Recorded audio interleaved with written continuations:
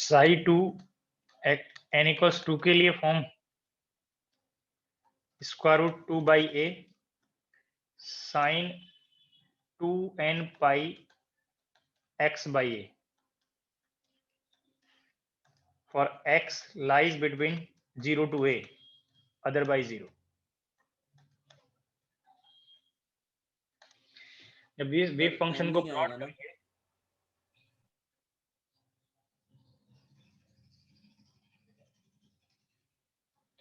इस wave function को plot करेंगे फिर से साई वर्सेस x, ये x इक्वल टू 0 और ये x equal to a। x को 0 किया तो साइन 0 बनेगा, x को a किया तो साइन 2 पाई बनेगा, और बाउंड्री पे आपको जो बाउंड्री कंडीशंस पहले नोट कराई हैं वो वैल्यूज अभी भी मैच करेंगे। अब यहाँ पे x equal to a by 2 पे जैसे ही आप यहाँ पे x को a बाई 2 प्लेस करेंगे तो साइन पाई बनेगा, एक मिड पॉइंट पे भी यहाँ पे 0 बनेगा। अब a बाई 4 और 3a बाई 4 पे यहाँ पे प्लेस करिए, जब a बाई 4 प्लेस किया तो साइन पाई बाई 2 बनेगा, और जब x को 3a बाई 4 प्लेस किया तो 3 पाई बाई 2 बनेगा। तो sine pi by 2 positive plus 1 होता है और 3 पाई बाई 2 अब माइनस, तो यहाँ पे ये फॉर्म बनेगा लाइक दिस।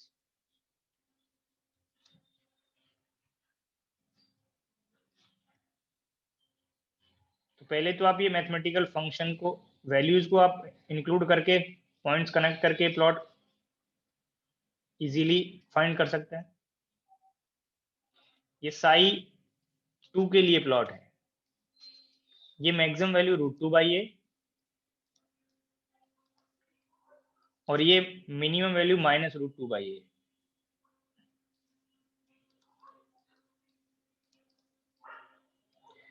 वैसे आप n इक्वल्स 3 n इक्वल्स 4 किसी भी पार्ट के लिए प्लॉट कर सकते हैं। आप यहाँ पे जो वेव फंक्शन फॉर्म है, नॉर्मलाइज वेव फंक्शन फॉर्म, यहाँ पे n की वैल्यू प्लेस करते जाइए और x की कुछ पर्टिकुलर वैल्यूज के लिए साइन फंक्शन की वैल्यूज को फाइंड कर लीजिए, उन पॉइंट्स को कनेक्ट कर दीजिए, प्लॉट आपको ऐसे फाइंड हो जाएगा। एक और इजी अप्रोच है, आप साइन वेव पहले प्लॉट किए हुए हैं और साइन वेव का कितना पोर्शन किस पर्टिकुलर स्टेट के लिए इनसाइड द वेल इंक्लूड होगा, पार्ट से आप कंपेयर करके ये साइन फॉर्म आप पढ़ते हैं, ये साइन वेव को यहाँ पे ड्रॉ कर लेंगे और उसका कितना portion inside the well include होगा उसको अगर आप कंपेयर कर लें किसी पर्टिकुलर स्टेट के लिए, तो ये पोर्शन वहां पे आप ड्रॉ कर दें इनसाइड द वेल लिमिट के लिए, बाकी पोर्शन को आप एब्सेंट कर दें, 0 कर दें। अब आप चेक करें, ये 0, ये पाई, ये 2 पाई, 3 पाई, 4 पाई, 5 पाई, लाइक दिस। आप पाई के मल्टीपल में ये पॉइंट्स नोट करिए, फिर पाई बाई 2 से आप कंपेयर कर लीजिए। अब आप यहाँ पे कंपेयर करिए साइन 0 और x equal to A. x equal to A पे आप चेक करें तो 0 to a के लिए 0 to साइन पाई जाता है, और इट मीन्स 0 to पाई वाला पोर्शन आपको इनसाइड द वेल प्लॉट करना है। ये पोर्शन चेक करिए, between these two boundaries n equals 1 के लिए 0 to पाई वाला पोर्शन यहाँ पे इंक्लूड हुआ है। ये पोर्शन साइन वेव का हाफ पोर्शन, ये आपको वहां पे n इक्वल्स 1 के लिए है। जब n इक्वल्स 2 लेंगे तो आप चेक करिए 0 to a के लिए 0 to 2 पाई जाता है, तो 0 to 2 पाई वाला पोर्शन यहाँ से ये पोर्शन आपको यहाँ पे प्लॉट किया हुआ है। ऐसे ही जब आप n को यूनिटी से इंक्रीज करते जाएंगे तो इस प्लॉट से पाई अमाउंट वाला पोर्शन आप इंक्रीज करते चले जाइए। n की यूनिटी से वैल्यू इंक्रीज करने में जो लास्ट वैल्यू है उससे पाई अमाउंट और इंक्रीज करते चले जाइए। n इक्वल्स 1 के लिए 0 to पाई, n इक्वल्स 2 के लिए 0 to 2 पाई, n इक्वल्स 3 के लिए 0 to 3 पाई, n इक्वल्स 4 के लिए 0 to 4 पाई। ऐसे आप यहाँ पे इससे कंपेयर कर लें और प्लॉट करते चले जाएं, या आप जिस पर्टिकुलर n के लिए प्लॉट करना चाह रहे हैं उस n के लिए वेव फंक्शन फॉर्म में x की वैल्यूज प्लेस करते जाइए, उन पॉइंट्स को कनेक्ट करके आप वेव फंक्शन को प्लॉट कर सकते हैं। अब इसी पार्ट में आपको मॉड स्क्वायर भी प्लॉट कर सकते थे। जब मॉड स्क्वायर करेंगे तो साई मॉड स्क्वायर में शेप यहाँ पे सिमिलर बनेगा, ओनली ये जो मैक्सिमम वैल्यू है √2/a, ये 2/a बन जाएगा। जो इन पॉइंट पे फंक्शन जीरो है वहां पे प्रोबेबिलिटी फंक्शन भी जीरो बनेगा। ऐसे ही जब ये Sai to mod square plot करेंगे तो साई टू मॉड स्क्वायर में वेव फंक्शन तो पॉजिटिव और नेगेटिव कुछ भी हो सकता है, बट जब इसका मॉड स्क्वायर करेंगे तो probability function, probability density function always positive होगा। तो दीज पॉइंट्स के कॉरस्पॉन्डिंग आप फर्स्ट टर्म भी पॉजिटिव बनेगा और सेकंड टर्म भी पॉजिटिव बनेगा। तो साइन के स्क्वायर के कॉरस्पॉन्डिंग आपको प्लॉट यहाँ पे sin 2πx/a स्क्वायर पार्ट का प्लॉट करना है। तो दीज टू पॉइंट पे प्रोबेबिलिटी में मैक्सिमा बन रहा है, ये x = 0, ये a/4, ये a/2, ये 3a/4 और ये a। और ये जो मैक्सिमम वैल्यू होगी ये 2/a बनेगी यहाँ पे। तो कैसे प्लॉट करना है साई और साई मॉड स्क्वायर को, ऐसे n=3 के लिए भी आप प्लॉट कर सकते हैं। अब एक पार्ट और चेक करिए, आपको मैंने डी ब्रॉगली वेवलेंथ के लिए फॉर्म नोट कराया और मैक्सिमम वेवलेंथ 2a डिस्कस किया था। यहाँ पे 2a/n बताया मैक्सिमम, ये किसी पर्टिकुलर n के लिए डी ब्रॉगली वेवलेंथ और मैक्सिमम पार्ट है 2a। अब यहाँ पे प्लॉट करते जाइए। अब ये वेव अभी कंप्लीट नहीं हुआ, 0 to a तक हाफ पोर्शन आ रहा है वेव का। यहाँ से यहाँ तक वन वेव, ये वन वेवलेंथ होता है। टू सक्सेसिव मैक्सिमा के बीच का डिस्टेंस वन वेवलेंथ है, और 0 to 2π तक अगर साइन में प्लॉट करेंगे तो वन वेवलेंथ के इक्विवेलेंट डिस्टेंस आएगा, ये लैम्डा बनेगा। ऐसे ही आप 0 to 4π जाएंगे तो 2 लैम्डा, टू पोर्शंस आपको सेम पार्ट के लिए इंक्लूड हो गए। ऐसे ही 0 to 6π 3 लैम्डा। यहाँ पे एनालॉजी करिए, ये 1 लैम्डा कंप्लीट करने के लिए अभी ए पोर्शन और चाहिए था आपको, ये अमाउंट और चाहिए। तो यहाँ पे जाके ये वेव कंप्लीट हुआ। तो आप चेक कर सकते हैं, यहाँ से यहाँ तक ए है और यहाँ से यहाँ तक ए है, टोटल लेंथ आपको पता चल गया 2a। जो एक्सप्रेशन से 2a/n में प्लेस करके आप फाइंड कर सकते हैं, वो आप लाइक दिस भी कंपेयर कर लीजिए। जब n=2 ले रहे हैं तो ये वन वेव कंप्लीट हो गया। तो 2a/n में आप n वैल्यू 2 कर दीजिए, तो ये lambda value first exercise state के लिए n=2 के लिए ये 1, ये a के मल्टीपल में आप फैक्टर चेक करिए 1 बन गया। तो यहाँ से आपको कंफर्म हो रहा है ये पूरा लेंथ a है। ऐसे ही n को फिर 3 करेंगे, 4 करेंगे तो आप वेवलेंथ को कंपेयर कर सकते हैं। ग्राउंड स्टेट के लिए मैक्सिमम वेवलेंथ, जैसे जैसे n को इंक्रीज करते जाएंगे वेवलेंथ घटता जाएगा, एनर्जी इंक्रीज होता जाएगा। दीज पॉइंट पे आपको प्लॉट से most probable value of position बता दिया। जिन पॉइंट्स पे प्रोबेबिलिटी मैक्सिमम होता है वो most probable value of position होती है। यहाँ पे जब साई मॉड स्क्वायर को प्लॉट करेंगे तो a/2 पे ही मैक्सिमम बनेगा, तो ये most probable value of position भी आप फाइंड कर सकते हैं। अभी तो मैंने सेपरेटली साई और साई मॉड स्क्वायर एक्सिस के कॉरस्पॉन्डिंग प्लॉट्स डिस्कस किए हैं। सम टाइम आपको पोटेंशियल में जो एनर्जी लाइन रिप्रेजेंट करेंगे उसके कॉरस्पॉन्डिंग भी आपसे प्लॉट वहां पे ड्रॉ करा सकता है।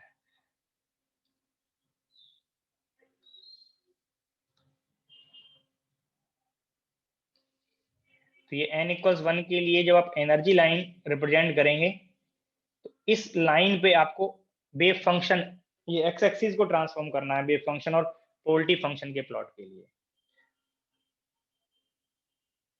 साई और साई मॉड स्क्वायर के प्लॉट के लिए आपको एनर्जी एक्सिस पे एक्स एक्सिस को ट्रांसफॉर्म करना है। ये x = 0, ये x = a और ये a/2। ऐसे ही आप सम पॉइंट्स और यहाँ पे चाहें तो शो कर सकते हैं। अगर आपको यहाँ पे साई एक्स प्लॉट करना है या साई मॉड स्क्वायर प्लॉट करना है तो ये एनर्जी लाइन पे आप एक्स एक्सिस को ट्रांसफॉर्म करेंगे। ये सच जो शेप आपको यहाँ पे बताया है, ये शेप आप एनर्जी लाइन पे एक्स एक्सिस कोइंसाइड करके आप फाइंड कर सकते हैं। तो मिड पॉइंट पे वेव फंक्शन और प्रोबेबिलिटी फंक्शन दोनों में मैक्सिमा है।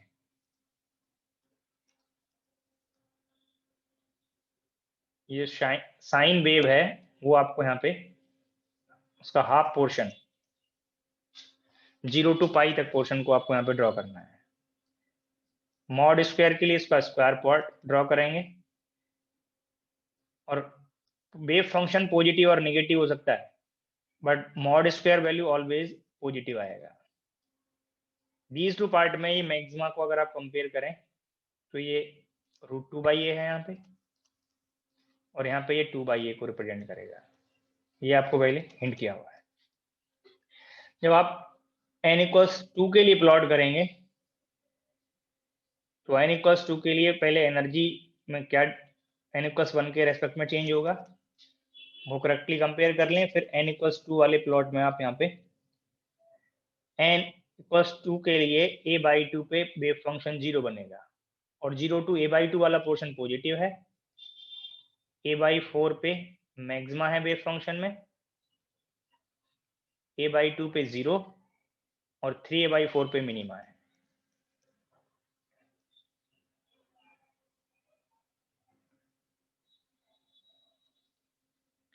ये वेव फंक्शन, ये शेप आपको भी डिस्कस किया कैसे ऑब्टेन हुआ, बट डिफरेंस यहाँ पे क्या है कि एनर्जी लाइन पे आपको अब की बार एक्स एक्सिस को ट्रांसफॉर्म करना है। जब आप ये मॉड स्क्वायर प्लॉट करेंगे तो मॉड स्क्वायर के लिए ये बोथ पोर्शन पॉजिटिव आपको बनेंगे, 0 पे प्रोबेबिलिटी 0 बनेगी, a पे प्रोबेबिलिटी 0 बनेगी, a/2 पे प्रोबेबिलिटी 0 बनेगी।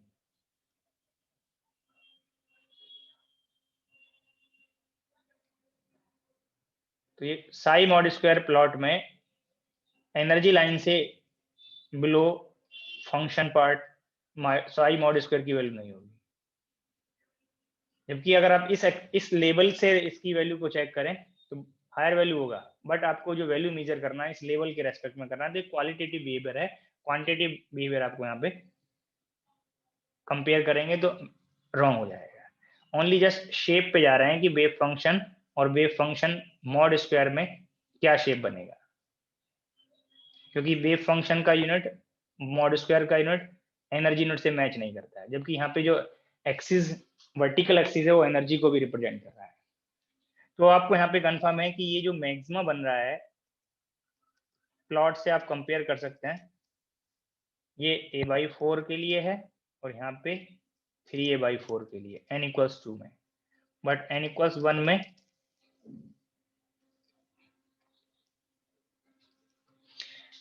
n=1 के लिए चेक करें तो ये पार्ट है, यहाँ पे a/2 पे मैक्सिमा है प्रोबेबिलिटी कर्व के लिए। तो कोई भी प्लॉट आपसे पूछा जा सकता है लाइक दिस, साई और साई मॉड स्क्वायर पूछ सकता है इनसाइड द पोटेंशियल वेल, और आपको ये जो सेपरेटली आपको डिस्कस किए हैं ये पूछ सकता है। Most probable value of position आप प्लॉट से फाइंड कर सकते हैं और आप मैथमेटिकली भी फाइंड कर सकते हैं। Most probable value of position आपको पहले भी डिस्कस किया है कैसे फाइंड करना है। Most probable value of position find करने के लिए अगर आप ग्राउंड स्टेट के लिए most probable value of position find करें मैथमेटिकली, ऐसे ही आप नेक्स्ट पार्ट पे ट्राई कर लेंगे, तो most probable value of position find करने के लिए d/dx of Sai mod square को आप 0 करेंगे। वेव फंक्शन से आप most probable value of position directly find नहीं करते, उसका मॉड स्क्वायर को आप मैक्सिमाइज करते हैं। जिस पोजीशन के लिए प्रोबेबिलिटी मैक्सिमम बनेगा वो position most probable value of position है। तो यहाँ से साई मॉड स्क्वायर किया, √2/a कांस्टेंट फैक्टर है, आपको डिफरेंशियल फर्स्ट ऑर्डर डिफरेंशियल करना होता है साइन स्क्वायर पाई x/a। जब मॉड स्क्वायर करेंगे तो साई1 फॉर्म आपको डिस्कस किया हुआ है, inside the well outside the well wave function 0 है, तो only most probable value of position भी इनसाइड द वेल के लिए ही आपको फाइंड होगा। ये पार्ट को मैंने यूज किया n+1 के लिए।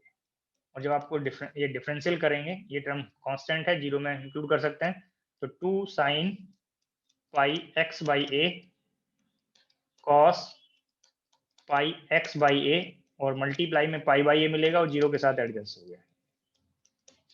तो यहाँ से आपको sine 2 pi x/a is equal to 0 बनेगा, और ये वैल्यू 0 साइन n पाई से मैच करेगा। तो x वैल्यू a/n a/, 2। अब यहाँ पे मैथमेटिकली तो वैल्यू फाइंड हो सकती थी जब n की वैल्यू को प्लेस करते। अब ये n और यहाँ पे जो n था वो दोनों डिफरेंट है, चाहे तो इसको n डैश कर सकते हैं। तो ये a/2, n को 1 किया तो a, 0 करते तो दैट पार्ट 0 बन जाता। ऐसे ही आप हायर वैल्यूज पे जा सकते थे, बट आउटसाइड द वेल पोलटी 0 है, वेव फंक्शन 0 है। तो इनसाइड द वेल के लिए लिमिट तक आप चेक कर लेंगे। और इस पार्ट पे जाइए, चाहे तो इसका सेकंड ऑर्डर डेरिवेटिव चेक करें, या आप प्रोबेबिलिटी फंक्शन में वैल्यूज को कंपेयर कर लें। जब आप ये सेकंड ऑर्डर डेरिवेटिव चेक करेंगे साई मॉड स्क्वायर के लिए, तो x इक्वल टू a/2 पे ये नेगेटिव बनेगा, और जब नेगेटिव बनेगा तो most probable value of position for ground state, most probable value of position for ground state.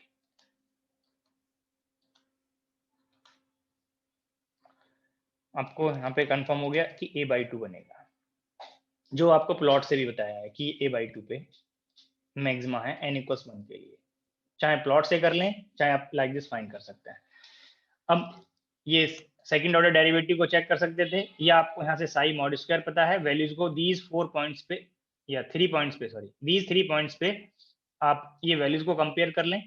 0 पे 0 बनेगा प्रोबेबिलिटी, और a पे 0 बनेगा, a/2 पे प्रोबेबिलिटी बनेगा 2/a, जो पॉजिटिव है और नॉन जीरो है। तो 3 वैल्यूज में 2/a मैक्सिमम है, इसलिए ये most probable value of position a/2 पे बनेगा। ऐसे ही आप n = 2 के लिए चेक कर सकते थे, 3 के लिए चेक कर सकते थे, 4 के लिए, जिसके लिए पूछा होगा दैट पार्ट के लिए आप फंक्शन एज्यूम करिए और मॉड स्क्वायर करिए, रिजल्ट फाइंड कर सकते हैं। तो आपको पार्टिकल इन अ बॉक्स से ये जो पॉइंट्स आपको यहाँ पे नोट किए हैं, ये एनर्जी एक्सप्रेशन, n की पॉसिबल वैल्यूज, लैम्डा, k, और ये normalise wave function form problem solve करने के लिए। ऐसा हो सकता है कि ये साई आपको सम टाइम गिवन हो, बट क्योंकि आपने अब इनफाइनाइट पोटेंशियल वैल्यू पढ़ लिया, तो ये आपको normalise energy eigen function and corresponding energy eigen value known होना चाहिए। जब कभी पार्टिकल या सिस्टम का नेम देगा, ये फॉर्म नहीं दिया होगा, तब आपको ये आर्टिकल की रिक्वायरमेंट होगी। अगर ये मेमोराइज नहीं करते हैं तो आपको ये सॉल्यूशन पे जाना पड़ेगा, या आपको अगर ये वेव फंक्शन डायरेक्ट दिया है तो इसको पार्टिकल इन बॉक्स का कोई रेफरेंस की जरूरत ही नहीं है। आपने पहले ये सब मेथड वेव फंक्शन से कैसे प्रोबेबिलिटी फंक्शन मैक्सिमाइज करके most probable value of position find करते हैं, कैसे एक्सपेक्टेशन निकालते हैं, कैसे आईगन वैल्यूज निकालते हैं, वो सब पहले पढ़ा हुआ है। यहाँ पे इसका आर्टिकल का बेनिफिट लेना है, तो आर्टिकल के जो रिजल्ट्स मैंने फाइंड कराए हैं, वो डेरिवेशन पार्ट चाहे एक्सक्लूड कर लें, उनसे जो इंपॉर्टेंट रिजल्ट्स हैं वो आपको पता होना चाहिए। अभी एक पॉइंट और यहाँ पे चेक करें, जब मैंने प्लॉट किया है तो x = 0 पे बाउंड्री है, x = a पे बाउंड्री है, तो फंक्शन 0 और a पे तो 0 है। अब जैसे जैसे n को आप इंक्रीज करते जाएंगे, मिडिल में भी, इनसाइड द वेल भी, आपको ये 0 पोजीशन वेव फंक्शन में इंक्लूड हो रहा है। तो कई बार नंबर ऑफ नोड्स, जैसे जैसे अभी आपको यहाँ पे हिंट किया कि लैम्डा, 2 लैम्डा, 3 लैम्डा तक का कंडीशन आपको यहाँ पे पाई, 2 पाई, ये पार्ट के लिए एनालॉजी बताया है, तो नंबर ऑफ नोड्स इंक्रीज होते चले जाएंगे वेव फंक्शन में। कितनी जैसे जैसे n को यूनिटी से चेंज करेंगे, इंटरमीडिएट में यूनिटी से नोड चेंज हो जाएगा। तो नंबर ऑफ नोड्स यहाँ पे नोट कर लेंगे। नंबर ऑफ नोड का मीनिंग क्या है, जहां पे वेव फंक्शन 0 बने। Node position means the position eight which wave function is 0। तो नंबर ऑफ नोड पूछता है, द नंबर ऑफ नोड्स, या नोड दिया होगा तो आप एनर्जी को n को कंपेयर कर सकते हैं। तो यहाँ पे नोड अगर चेक करें तो n = 1 के लिए एक 0 पे नोड है, एक 1 पे, तो 1 पे n = 1 के लिए 2 नोड है, और यहाँ पे n = 2 के लिए 2 बाउंड्री पे है नोड और एक इंटरमीडिएट में, तो टोटल नोड 3 है। तो 2 पार्ट से आप ये एक्सप्रेशन को कंपेयर करिए, एक n-1 और एक n+1। अगर आपको बाउंड्री नोड हटा के रिजल्ट चेक करना है, तो यहाँ पे कोई अदर देन बाउंड्री कोई नोड नहीं है। यहाँ पे अदर देन बाउंड्री 1 नोड है, तो n को 2 किया और 2 - 1 किया, तो 1 नोड सेटिस्फाई हो रहा है। और इंक्लूडिंग बाउंड्री नोड अगर चेक करें तो n = 1 के लिए 2 नोड है, n = 2 के लिए 3 नोड है, तो ये एक्सप्रेशन सेटिस्फाई हो रहा है। तो फर्स्ट हम एक्सक्लूडिंग बाउंड्री नोड,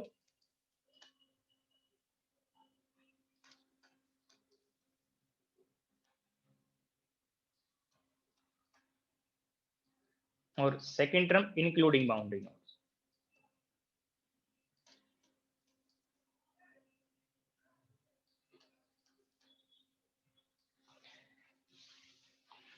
तो अगर आपको ये नंबर ऑफ नोड्स दिए हैं क्वेश्चन के अकॉर्डिंग, तो आपको n पता चल गया, n से एनर्जी आपको पता चल जाएगा। जैसे जैसे नोड इंक्रीज होंगे एनर्जी इंक्रीज होता जाएगा। ग्राउंड स्टेट के लिए आपको n = 1 बताया है, और एनर्जी को कंपेयर करते चले जाएं तो फर्स्ट को आप ग्राउंड स्टेट कहेंगे, सेकंड को फर्स्ट एक्साइज स्टेट, थर्ड को सेकंड एक्साइज स्टेट। तो क्वेश्चन में क्या पूछा है ये भी इंपॉर्टेंट है। तो दीज फॉर्म में, इस particular form of wave function के लिए ग्राउंड स्टेट के लिए n = 1 है, फर्स्ट एक्साइज स्टेट के लिए n = 2 है, सेकंड एक्साइज स्टेट के लिए n = 3 है, क्योंकि एनर्जी इंक्रीजिंग ऑर्डर से आप कंपेयर कर सकते हैं। जो आपको यहाँ पे अभी एनर्जी रिप्रेजेंट किया है पोटेंशियल वेल के लिए, ये ग्राउंड स्टेट है, ये फर्स्ट एक्साइज स्टेट, ये सेकंड एक्साइज स्टेट। तो क्वेश्चन में किस पार्ट के लिए पूछा है वो भी इंपॉर्टेंट है। अब यहाँ पे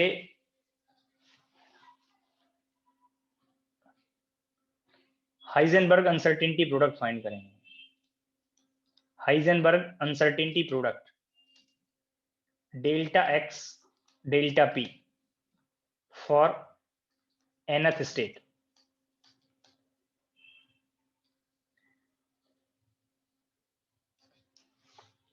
अब हाइजेनबर्ग अनसर्टेनिटी प्रोडक्ट फाइंड करने के लिए आपको अनसर्टेनिटीज फाइंड करनी है पोजीशन में और मोमेंटम में। अब इसमें कोई न्यू स्टेप नहीं है। अगर आपको आर्टिकल डिस्कस हो गया तो आर्टिकल से normalise wave function for nth state use करना है, और जैसे आपने अनसर्टेनिटीज के लिए पहले प्रॉब्लम सॉल्व किए वो रिपीट करना है। तो nth स्टेट के लिए नॉर्मलाइज वेव फंक्शन फॉर्म आपको ड्राइव कराया है। Psi function of x square root 2/a sine n pi x/a for x lies between 0 to a otherwise 0। ये आपको nth स्टेट का वेव फंक्शन है, और अनसर्टेनिटीज फाइंड करने के लिए 4 एक्सपेक्टेशंस फाइंड करनी है। Expectation of x, expectation of p, expectation of x square and expectation of p square. Expectation of a nth state, generalised nth state for a single n के लिए है। Superposition के लिए वो चेंज होगा या नहीं होगा वो क्वेश्चन के अकॉर्डिंग आपको फाइंड करना पड़ेगा। n की पर्टिकुलर वैल्यू के लिए फाइंड करना है, और एक्सपेक्टेशन फाइंड करने के लिए आपको पोजीशन स्पेस में integration over -∞ to +∞ psi n mod square x dx। अब ये वेव फंक्शन नॉर्मलाइज फॉर्म है, आपको डिस्कस किया हुआ है नॉर्मलाइजेशन कंडीशन से। अब नॉर्मलाइज फॉर्म के लिए डिनोमिनेटर वैल्यू 1 हो जाएगा। अब जिस रेंज के लिए, जिस लिमिट के लिए वेव फंक्शन नॉन जीरो है, कंट्रीब्यूशन उसी रेंज के लिए नॉन जीरो बनेगा, बाकी सब के लिए 0 हो जाएगा। Sai star Sai √2/a sine square n pi x/a x dx। अब यहाँ पे ट्रिगोनोमेट्री से साइन स्क्वायर टर्म को cos 2 थीटा में कन्वर्ट करें। 1 minus cos 2n pi x/a by 2 x dx।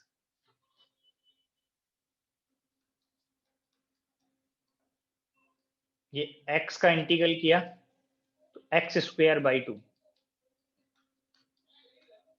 Lower limit and upper limit, minus. अब इंटीग्रेशन बाई पार्ट्स करेंगे, तो फर्स्ट फंक्शन x को एज्यूम करेंगे क्योंकि इसका डिफरेंशियल से ये डिक्रीज होता जाएगा। तो फर्स्ट फंक्शन सेकेंड का integral sine 2n pi x/a divided by 2n pi by a limit 0 to a, minus और माइनस दिस टर्म। फर्स्ट का डिफरेंशियल x का डिफरेंशियल 1 हो गया, cos का integral sine 2n pi x/a divided by 2n pi by a। फिर से integration, अब इस साइन का इंटीग्रेशन करेंगे तो माइनस कॉस बनेगा। cos और ये टर्म स्क्वायर में, लिमिट 0 to a।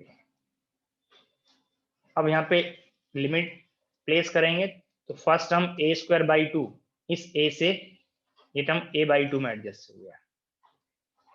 ये अपर लिमिट, ये साइन 2n पाई बनेगा और साइन 2n पाई 0 होता है, तो अपर लिमिट पे ये साइन फंक्शन से 0 बन गया और लोअर लिमिट पे ये साइन से भी और x से भी ये प्रोडक्ट 0 बन जाएगा, तो सेकंड टर्म भी 0 बनेगा। अब थर्ड टर्म पे आइए, अपर लिमिट पे ये cos 2n पाई और लोअर लिमिट पे cos 0, cos 2n पाई और cos 0 सेम वैल्यू कंट्रीब्यूट करता है, 0, ये टर्म भी 0 बन गया। तो expectation value of x for nth state a by 2 है, और ये रिजल्ट भी आपको मेमोराइज होना चाहिए। कभी ग्राउंड स्टेट, फर्स्ट स्टेट, किसी भी स्टेट के लिए पूछेगा तो ये n से इंडिपेंडेंट है और ये a बाई 2 आता है। रीजन भी पता होना चाहिए, क्योंकि जो रिजल्ट है प्रोबेबिलिटी फंक्शन, प्रोबेबिलिटी फंक्शन आप चेक करिए, जब आपने प्लॉट किया तो ये a बाई 2 के अबाउट प्रोबेबिलिटी फंक्शन का जो शेप है, जितना a बाई 2 से इस डिस्टेंस पे वैल्यू है साई मॉड स्क्वायर की, उतना ही इस वैल्यू पे है। तो a बाई 2 के अबाउट सिमेट्रिक कर्व्स हैं, प्रोबेबिलिटी a बाई 2 के अबाउट मैच करता है, और मैच करने से a बाई 2 से जितना डेटा इधर माइनस कर रहे हैं उतना ही डेटा प्लस कर रहे हैं, तो वैल्यूज a बाई 2 के अबाउट सिमेट्रिक आएंगी पोजीशन की, इसलिए ये रिजल्ट a बाई 2 को अप्रोच कर गया है, यहाँ पे a बाई 2 से मैच कर गया है इस वैल्यू के लिए। तो एक्सपेक्टेशन ऑफ x 0 बन गया। अब expectation of p, expectation of p के लिए हो सकता है अब कुछ रिजल्ट्स को आप लोग भूल रहे हो, बट रिकॉल करिए, कुछ शॉर्ट ट्रिक्स बताया था आपको। जो वेव फंक्शन का फॉर्म है, आप ये वेव फंक्शन पार्ट पे जाइए, ये बाउंड स्टेट को रिप्रेजेंट करता है, Yes, sir. और बाउंड स्टेट के लिए वेरिएबल पार्ट अगर वेव फंक्शन में रियल है, ये आपको 0 बताया हुआ है। और एक और अप्रोच है, एक और अप्रोच है एक्सपेक्टेशन। अब ये फॉर्म आपको यहाँ पे डिस्कस किया था, इसको थोड़ा आगे सिमिलर अप्रोच पे जाएंगे। यहाँ पे ये फंक्शन मोमेंटम के आइगन फंक्शन है, और जो मोमेंटम के आइगन फंक्शन है तो एक्सपेक्टेशन वैल्यू ऑफ मोमेंटम फिर से और चेक कर सकते थे आप।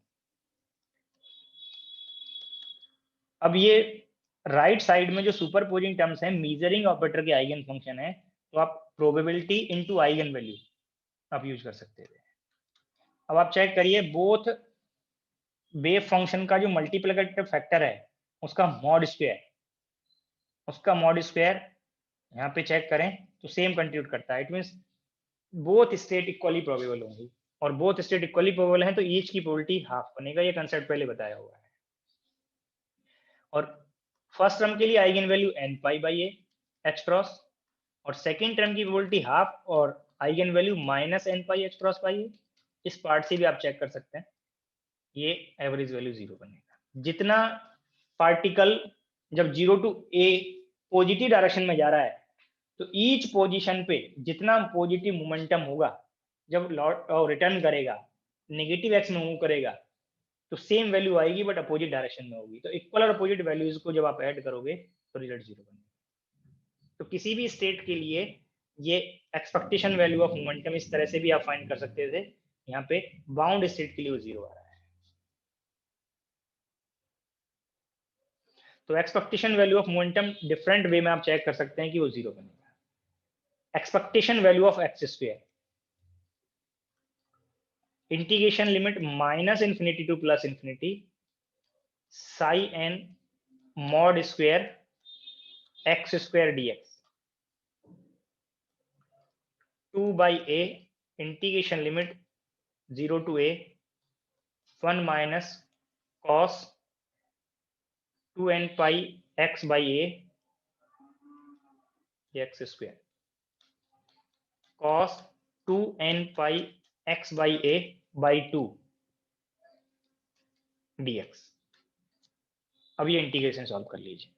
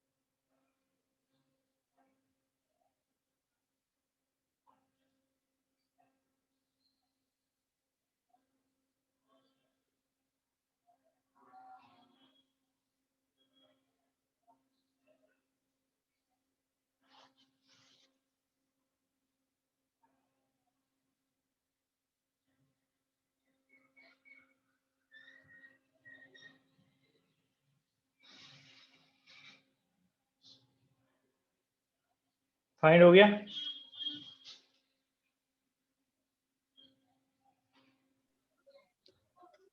Yes sir. क्या वैल्यू आया? A square by 3 minus A square upon 2 n square pi square. सभी एक बार चेक कर लीजिए।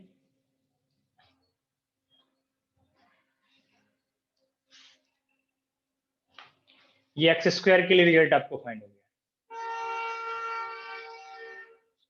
अगर आप पी स्क्वायर फाइंड करें तो पी स्क्वायर के लिए फिर से आप 2 डिफरेंट मेथड अप्लाई कर सकते हैं। Integration minus infinity to plus infinity for normalize state psi n. तो P square expectation integration minus infinity to plus infinity psi n star minus h cross square d two by d x square operator form of P square operator over psi n d x, इस part से find कर सकते थे। अब ये जो Sai N state है जिसमें आपको एक्सपेक्टेशंस फाइंड करना है, this psi n is the eigen state of energy. If given state is the eigen state of energy then expectation value is equal to eigen value. तो एक और इजी अप्रोच से आप इसको फाइंड कर सकते थे, ना इंटीग्रल करना पड़ेगा ना डिफरेंशिएशन करना पड़ेगा। Expectation value of energy will be twice n square pi square h cross square by twice ma square। ये एक्सपेक्टेशन वैल्यू आइगन वैल्यू से मैच करेगा। ये स्टेटमेंट आपको नोट कराया हुआ है फंक्शन पार्ट के लिए भी और फिर ड्राक नोटेशन में। अब यहाँ पे पी स्क्वायर एक्सपेक्टेशन फाइंड करने के लिए ये यहाँ पे always twice m kinetic energy expectation बनेगा। But in this case potential energy 0 है तो ये पोटेंशियल वेल के लिए twice m expectation of energy for nth state. ये तभी करेक्ट है जब पोटेंशियल को आप 0 ले रहे हैं, जो यहाँ पे एप्लीकेबल है। ये ऑलवेज एप्लीकेबल है। तो पी स्क्वायर एक्सपेक्टेशन में आपको अगर total energy expectation kinetic energy expectation का आइडिया है जो यहाँ पे काइनेटिक एनर्जी एक्सपेक्टेशन से मैच करता है, तो विदाउट इंटीग्रेशन विदाउट डिफरेंशिएशन आप expectation value of P square find कर सकते हैं। आप कंपेयर कर लीजिए, ट्वाइस एम मल्टीप्लाई करेंगे तो n square pi square h cross square by a square बनेगा। यही आप यहाँ पे चेक कर सकते थे। इस गिवन स्टेट का जब डबल डिफरेंशियल करेंगे, वन डिफरेंशिएशन साइन कॉस में कन्वर्ट हो गया, n pi by a multiply मिलेगा। फिर से डिफरेंशियल किया तो कॉस का डिफरेंशियल माइनस साइन मिलेगा और n pi by a multiply मिलेगा। तो एन पाई बाई ए का होल स्क्वायर और minus h cross square multiply करेंगे -1 के साथ। तो ये टर्म फिर से यहाँ पे आप चेक कर सकते हैं माइनस एच क्रॉस स्क्वायर से, और जब डबल डिफरेंशियल किया तो minus N pi by a का होल स्क्वायर वो टर्म कंट्रीब्यूट करेगा। तो फिर से इस वैल्यू से मैच कर जाएगा, चाहे जैसे आप फाइंड कर सकते हैं। तो आपको 4 एक्सपेक्टेशंस की रिक्वायरमेंट थी अनसर्टेनिटी फाइंड करने के लिए, और 4 एक्सपेक्टेशंस टर्म्स फाइंड हो गए। तो आप uncertainty in position, uncertainty in momentum find कर सकते हैं। X square expectation minus x expectation square. X square expectation आपने यहाँ पे फाइंड किया है ए स्क्वायर बाई 3, और ये टर्म जब आप एक्स एक्सपेक्टेशन स्क्वायर करेंगे जो आपको a by 2 expectation of x बताया है, तो टर्म बनेगा a स्क्वायर बाई 4। अब ये टर्म को एक साथ नोट कर लीजिए, a square by 12 these two term बनेंगे, बाकी ये टर्म एज सच रहेगा। In terms of a square root of 1 by 12 minus 1 by 2 n square pi square. ये अनसर्टेनिटी इन पोजीशन बनेगा। And uncertainty in momentum, p expectation 0 है, p square expectation आपको non zero अभी discuss किया, that is n pi h cross by a। ये आपको calculate कराया uncertainty. आप इसी स्टेप पे भी अनसर्टेनिटी को कंपेयर कर सकते थे।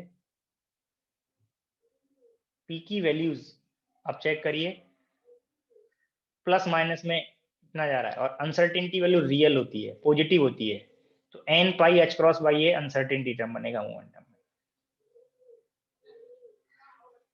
यही पार्ट आपको मैथमेटिकली यहाँ पे डिस्कस किया है। तो uncertainty product for nth state of infinite unsymmetric potential well, delta x क्या है, डेल्टा p क्या है, एक्सपेक्टेशन ऑफ x, ये ऑल एक्सपेक्टेशंस चाहे तो आप nth स्टेट के लिए मेमोराइज कर सकते हैं, जब कैलकुलेट कराएगा तो आप अप्लाई कर सकते हैं।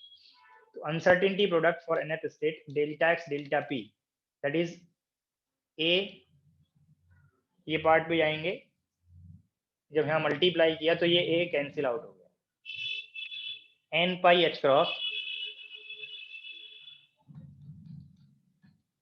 Square root of 1/12 minus 1/2n square pi square, ये nth स्टेट के लिए है।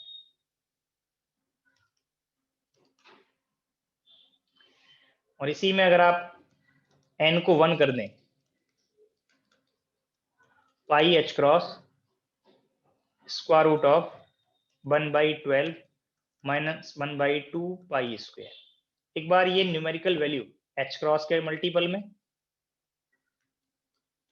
और एक बार h के मल्टीपल में बहुत जल्दी से फाइंड करिए।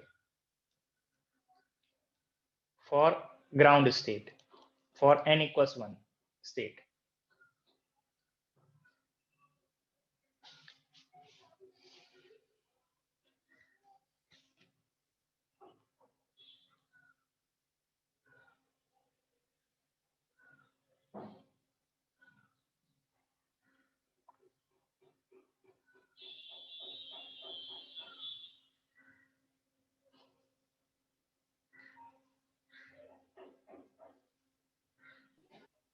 .568 h क्रॉस।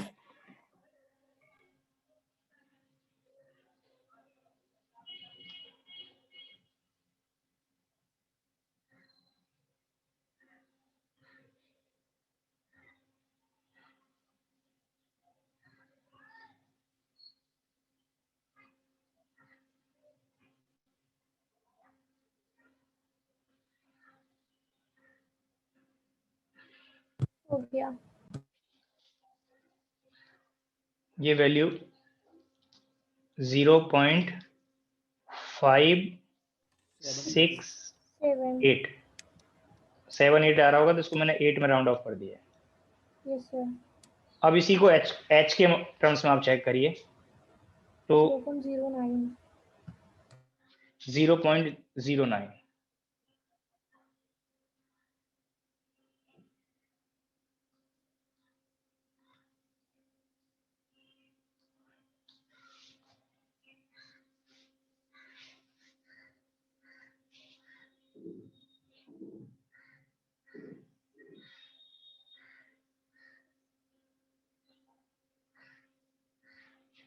तो आप कंपेयर करिए। आपको जब गॉसियन फॉर्म और पोटेंशियल में एक्स स्क्वायर डिपेंडेंसी है, तो ये हिंट किया था जब हाइजेनबर्ग अनसर्टेनिटी प्रोडक्ट पे पहले प्रॉब्लम डिस्कस किया, तो ये फॉर्म बताया कब h क्रॉस बाई 2 लेना है, कब greater than h cross by 2 लेना है, ये पार्ट बताया हुआ है। अब ये वैल्यू को चेक करिए, क्या ये h क्रॉस बाई 2 से मैच करेगा? 0.5 होता है एग्जैक्टली, तो h क्रॉस बाई 2 आता है, बट वो 0.5 से ग्रेटर है, 0.57 में राउंड ऑफ हो रहा है 2 डेसिमल प्लेस में, that is greater than h cross by 2। तो पार्टिंग बॉक्स के लिए ये ग्राउंड स्टेट में greater than h cross by 2 बनेगा। अब ये पार्ट पे आइए, इसको अगर राउंड ऑफ करते h क्रॉस के टर्म्स में 1 डेसिमल प्लेस पे, तो ये 0.6 बन गया, और 0.6 को आप 1 के नियरली आप राउंड ऑफ कर सकते हैं विदाउट डेसिमल अगर चेक करना हो। तो इसीलिए आप मोस्टली बुक में प्रॉब्लम में अगर ये h क्रॉस बाई 2 से ग्रेटर है, तो मिनिमम एनर्जी के लिए h क्रॉस यूज कीजिए, जो मैंने हिंट भी किया पहले कि समटाइम h और h क्रॉस पार्ट आप यूज करते हैं, तो रीजन आपको कंफर्म होना चाहिए। इसीलिए वो पार्ट कंपेयर करने के लिए कि क्यों other than Gaussian form, other than x square dependency, remaining potential form के लिए ये आप h क्रॉस बाई 2 क्यों यूज नहीं करते हैं, वो आपको अब यहाँ पे कंफर्म हो रहा होगा।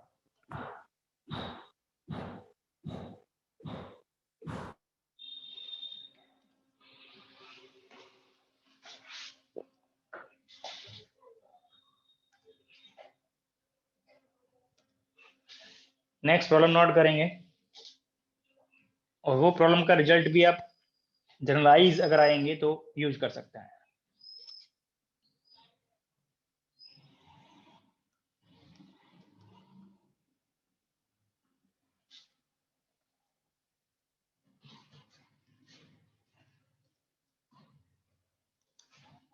Consider a particle of mass small m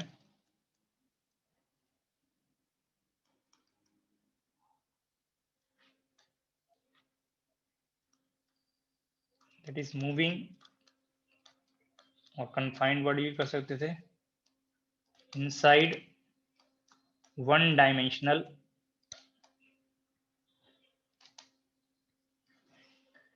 infinite potential well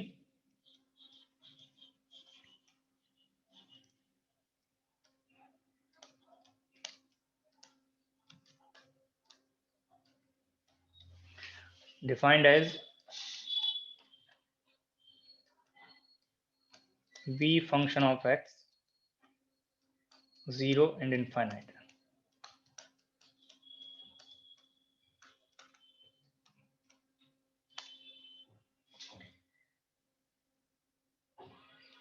For ground state,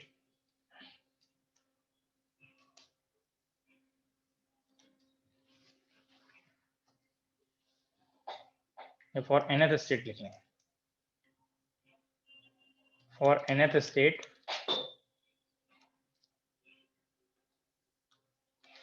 find the probability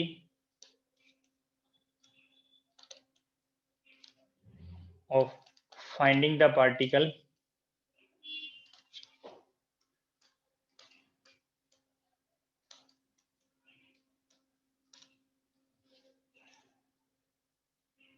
lies in the range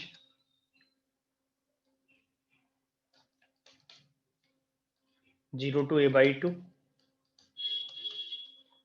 और समटाइम्स को नोट कर सकता है in the left half of the potential well, और a/2 to a in the right half of the potential well. जब potential well को 2 equal part में divide करेंगे तो ये लेफ्ट हाफ पोर्शन बनेगा और ये राइट हाफ पोर्शन बनेगा।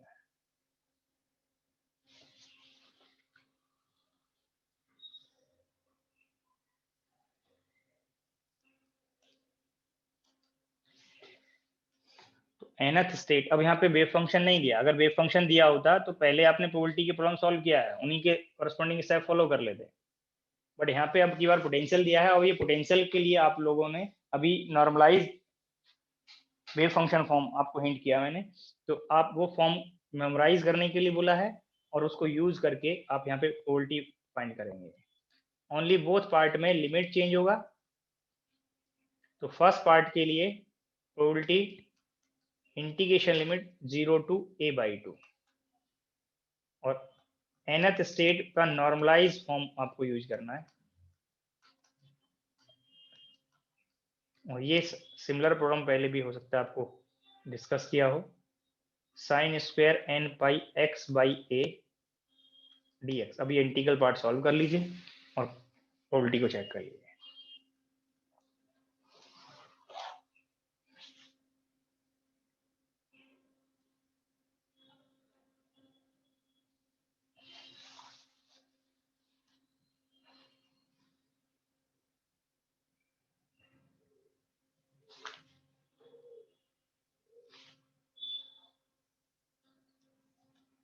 One by two, both part के लिए यहाँ पे 1/2। प्रोबेबिलिटी 1/2। मैथमेटिकली जब आप फाइंड करेंगे, इंटीग्रल फॉर्म फाइंड करेंगे तो आपको 1/2 कंफर्म रहेगा। सेकेंड पार्ट में ओनली लिमिट चेंज होगा, रिजल्ट फिर से फाइंड करेंगे तो सेम बन जाएगा।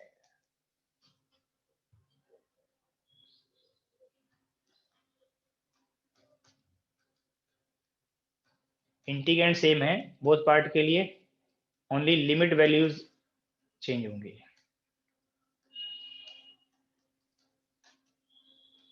इसको कॉस्ट ऑफ थीटा में कन्वर्ट करके आप इंटीग्रल करेंगे तो प्रोबेबिलिटी हाफ बनेगा। अब यही रिजल्ट्स को आप प्लॉट से भी रेफरेंस लेके फाइंड कर सकते थे।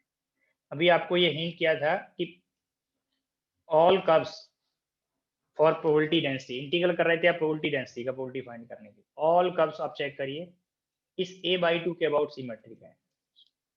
जब a/2 के अबाउट सिमेट्रिक है और इनसाइड द वेल और बिटवीन 0 to a आपको प्रोबेबिलिटी का आइडिया है, आउटसाइड द वेल पार्टिकल नहीं जा रहा है, तो जो लिमिट थी -∞ to +∞ psi mod square dx is equal to 1, वो कन्वर्ट हो गया 0 to a psi mod square dx is equal to 1। 0 to a के लिए प्रोबेबिलिटी 1 है पार्टिकल की किसी एक पर्टिकुलर स्टेट के लिए, nth स्टेट के लिए। अब आप चेक करिए a/2 के अबाउट जितना पोर्शन यहाँ पे वैल्यूज मिलेंगी, जितना वैल्यूज मिलेंगी उतना ही राइट के लिए वैल्यूज मिलेंगी। अब बोथ इंटीग्रल्स 0 to a/2 और a/2 to a को ऐड करें तो प्रोबेबिलिटी 1 है, बट बोथ वैल्यूज इक्वल आएंगी क्योंकि जैसे वैल्यूज यहाँ से इंक्रीज हो रही हैं उसी फैक्टर से यहाँ पर डिक्रीज हो रही हैं, सिमेट्रिक कर्व है। तो जो कंडीशन 0 to a/2 के लिए मिलेगा वही कंडीशन a/2 to a के लिए मिलेगा प्रोबेबिलिटी में, ऑल स्टेट्स के लिए, एक पर्टिकुलर स्टेट्स के लिए, चाहे वो n=1 हो, 2 हो, 3 हो, किसी भी n की एक particular value. It means nth states के लिए जब आप प्रोबेबिलिटी कर्व को चेक करेंगे तो वो a/2 के अबाउट सिमेट्रिक होने से जितना कंडीशन 0 to a/2 बनेगा उतना ही कंडीशन a/2 to a बनेगा प्रोबेबिलिटी में। ऑल रिजल्ट्स की बात नहीं कर रहा मैं, प्रोबेबिलिटी के लिए बता रहा हूँ। तो आपको बोथ वैल्यूज इक्वल हैं तो ऐसा, और बोथ का सम 1 है, ऐसा तभी हो सकता है जब बोथ वैल्यूज हाफ हाफ हो जाए। वही आपको मैथमेटिकली इंटीग्रल पार्ट से हिंट किया है कि बोथ प्रोबेबिलिटीज हाफ हाफ है। अब ये इंटीग्रेशन जहां पे भी फेस हो रहा होगा आपको, ये इंटीग्रल पार्टिंग बॉक्स के लिए या ये a/2 to a के लिए, आगे जहां पे भी यूज होगा, मैं आपको एक सजेस्ट कर दूं, पर्टर्बेशन थ्योरी में अगर जो आर्टिकल्स आपको यहाँ पे डिस्कस कर रहे हैं, जो स्टैंडर्ड सिस्टम के रिजल्ट्स यहाँ पे बढ़ रहे हैं, वो आगे आपको पर्टर्बेशन में रिक्वायर्ड होंगे।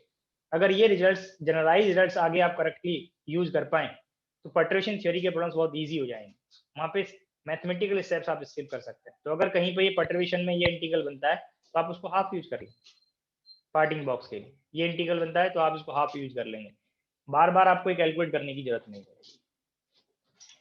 अब इसी प्रॉब्लम में अगर nth स्टेट में कोई पर्टिकुलर वैल्यू को आप यूज कर लें, नेक्स्ट प्रॉब्लम के लिए स्टेटमेंट नोट करेंगे, find the probability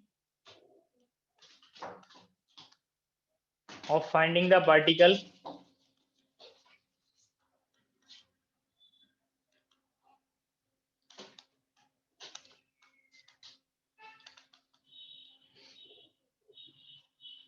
in ground state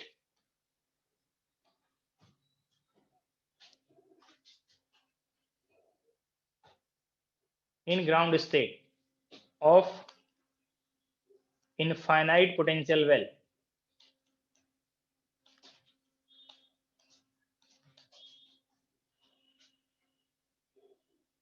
defined as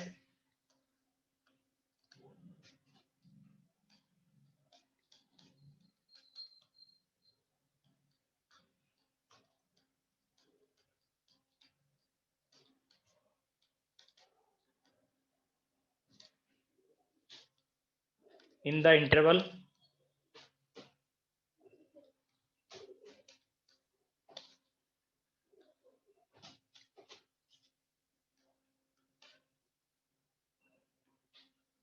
x lies between a/4 to 3a/4, 0 to a/4,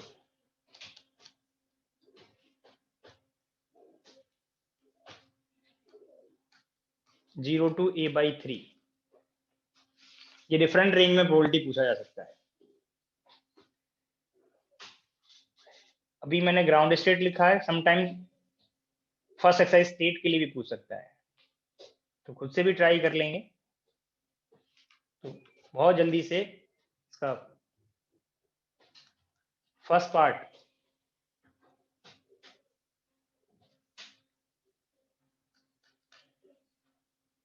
जैसे ही ग्राउंड स्टेट यहाँ पे इंक्लूड हुआ, ग्राउंड स्टेट के लिए नॉर्मलाइज वेव फंक्शन फॉर्म और n की पर्टिकुलर वैल्यू का आपको आइडिया है जी। आपको यहाँ पे a/4 to 3a/4 पूछा है,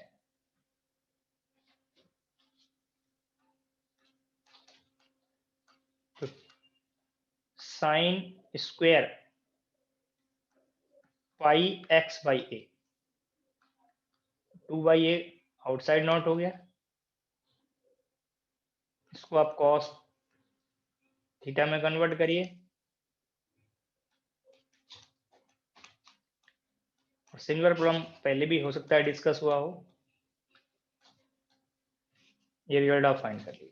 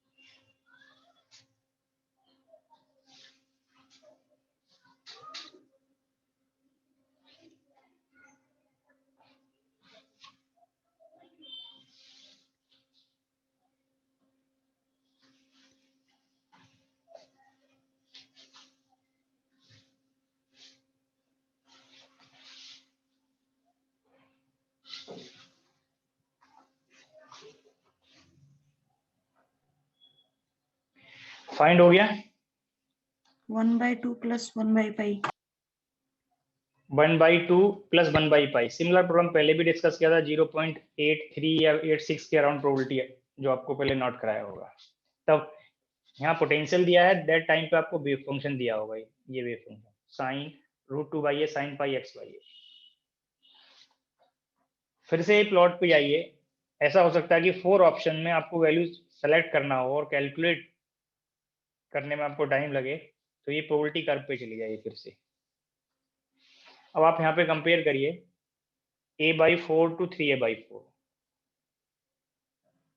अब ये वैल्यूज को कंपेयर करने के लिए ये a/4 to 3a/4,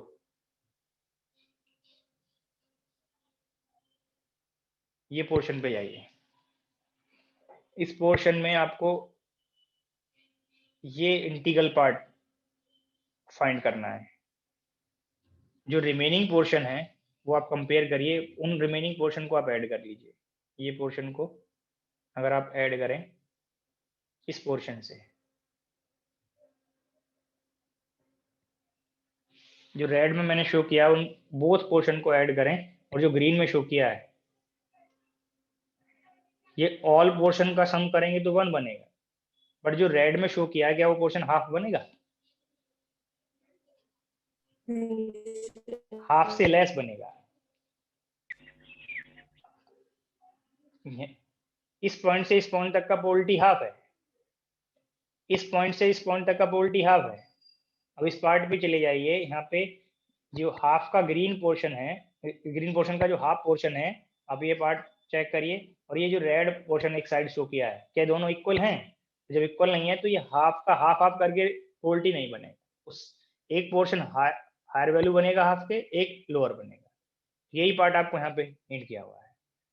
हाफ का भी हाफ किया तो 1/4, तो ये वैल्यू 1/4 से लेस है और ये वैल्यू 1/4 से ग्रेटर है।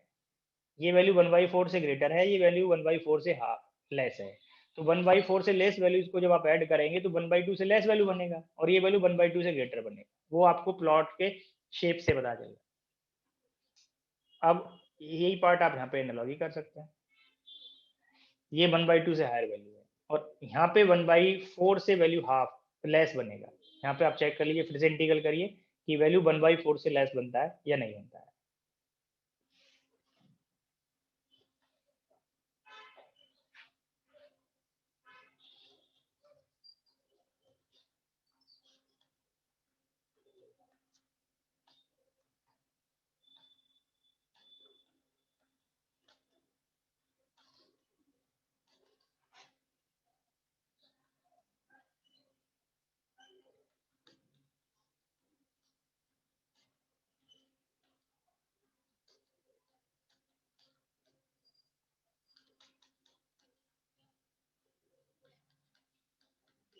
चेक करें ये पार्ट बनता है या ये पार्ट बनता है।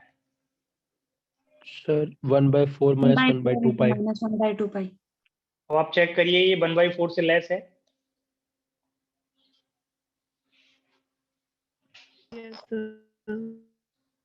इसी में एक रेंज और चाहे तो नोट कर लीजिए, वो फिर से कैलकुलेट करने की जरूरत नहीं पड़ेगी, आप एनालॉजी से आप नोट कर सकते हैं। यहाँ पे 3a/4 to a, अगर कहीं ये पूछा जाए तो ये वैल्यू भी सेम आएगी। तो मैं 4th के लिए आपको ये रिजल्ट नोट कर दे रहा हूँ, आप ट्राई कर लें।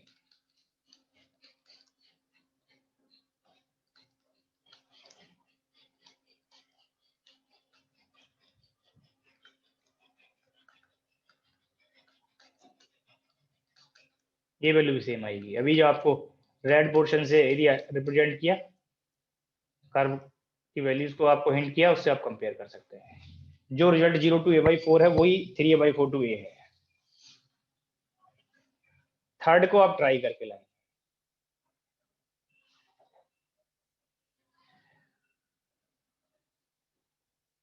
वो ये स्टेटमेंट में तो मेंशन किया 0 to a/3 ग्राउंड स्टेट के लिए। फर्स्ट एक्सरसाइज स्टेट के लिए और ट्राई कर लें, खुद से नोट कर लें a/0 to a/3 या ये ऑल रेंज के लिए फर्स्ट एक्सरसाइज स्टेट के लिए और ट्राई कर लेंगे। जब कभी रिकॉर्ड होगा तो दैट टाइम पर आप फिर से ट्राई कर लें या रेफरेंस ले सकते हैं अगर पहले से कैलकुलेटेड है। तो अभी जो मैंने आपको रिजल्ट डिस्कस किया वो अनसिमेट्रिक पोटेंशियल वेल के लिए पॉइंट्स आपको हिंट किए हैं। यही ऑल आपको जो रिजल्ट्स हैं वो आपको अब रिपीट करने हैं सिमेट्रिक पोटेंशियल वेल के लिए। बट जो रिजल्ट हैं वो कंपेयर करने हैं, और कंपेयर करने हैं तो आपको सिमेट्रिक और अनसिमेट्रिक बोथ केस में विड्थ को सेम रखना है। ओनली जिससे सिमेट्रिक कैरेक्टर चेंज हो रहा है वो पार्ट को चेंज कर रहे थे, ओनली बाउंड्री की पोजीशन को चेंज कर रहे थे। यहाँ पे symmetric infinite potential well,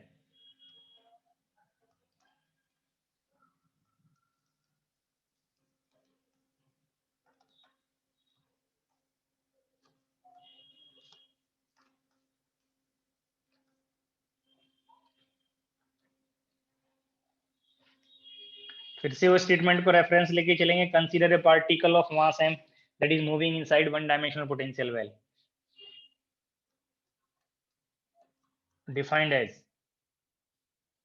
0 infinite mod x less than a/2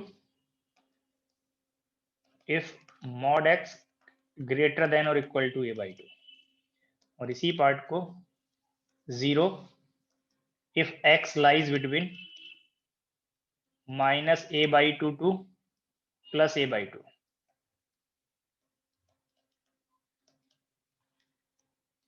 otherwise infinite. किसी भी फॉर्म में आपको पोटेंशियल डिफाइंड हो सकता है, बोथ पार्ट से आपको सेम इंफॉर्मेशन मिलेगा कि विड्थ a है। इसको प्लॉट करेंगे पोटेंशियल फॉर्म को, inside the well particle assume करेंगे।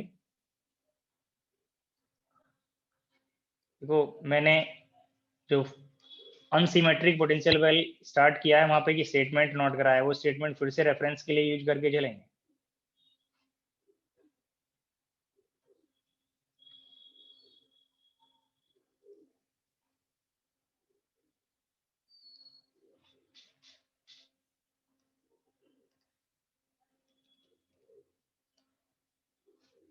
ये x इक्वल टू 0, ये माइनस a/2 और ये प्लस a/2। आप कोई एनर्जी लाइन यहाँ पे रेफरेंस के लिए लेंगे, inside the well particle assume करेंगे, और outside the potential well potential infinite है और वेव फंक्शन 0। जब इनसाइड द वेल पार्टिकल आपने एज्यूम किया तो कोई भी पार्टिकल इनफाइनाइट हाइट को, इनफाइनाइट पोटेंशियल को विड्थ इनफाइनाइट ओवरकम नहीं करेगा। तो इनसाइड द वेल आप वेव फंक्शन फाइंड करेंगे by solving Schrodinger equation. Outside के लिए डायरेक्ट नोट हो गए, तो इनसाइड द वेल आप फिर से डायरेक्ट नोट कर सकते हैं सॉल्यूशन ऑफ श्रोडिंगर इक्वेशन। आप k स्क्वायर डिफाइन करेंगे पहले inside the well, that is twice me/h×2। Energy positive है तो k स्क्वायर पॉजिटिव, और k square root of twice me/h×2, ये पॉजिटिव और रियल k की वैल्यू को कंसीडर कर लिया। Schrodinger equation d2 psi by dx square plus twice me by h cross स्क्वायर psi is equal to 0। Inside the well ये form बनेगा, और इनसाइड द वेल जब आप k के टर्म्स में नोट करेंगे तो most general solution of Schrodinger equation. अब आपकी चॉइस है, चाहे उसको c और d में नोट करें, चाहे a और b में नोट करें। जब तक ये अननोन है कोई भी कोफिशिएंट नोटेशंस आप यूज कर सकते हैं।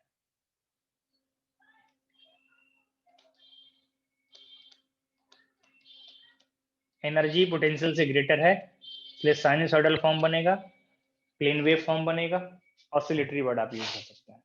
तो ये जनरल सॉल्यूशन आपको यहाँ पे नोट हो गया। अब इस जनरल सॉल्यूशन पे बाउंड्री कंडीशंस आपको यहाँ पे कंफर्म है। Psi at x equal to plus a/2 and psi at x equal to minus a/2 0 है।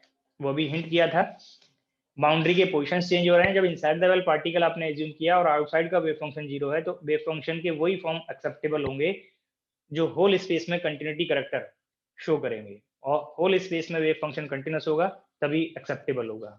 तो बाउंड्री पे भी कंटिन्यूस होना चाहिए, और बाउंड्री पे कंटिन्यूटी कंडीशन से बाउंड्री के एक साइड का वेव फंक्शन 0 है तो इनसाइड वाला वेव फंक्शन भी बाउंड्री पे 0 होना चाहिए। तो ये आपको कंटिन्यूटी कंडीशन से बाउंड्री कंडीशंस नोट होगा।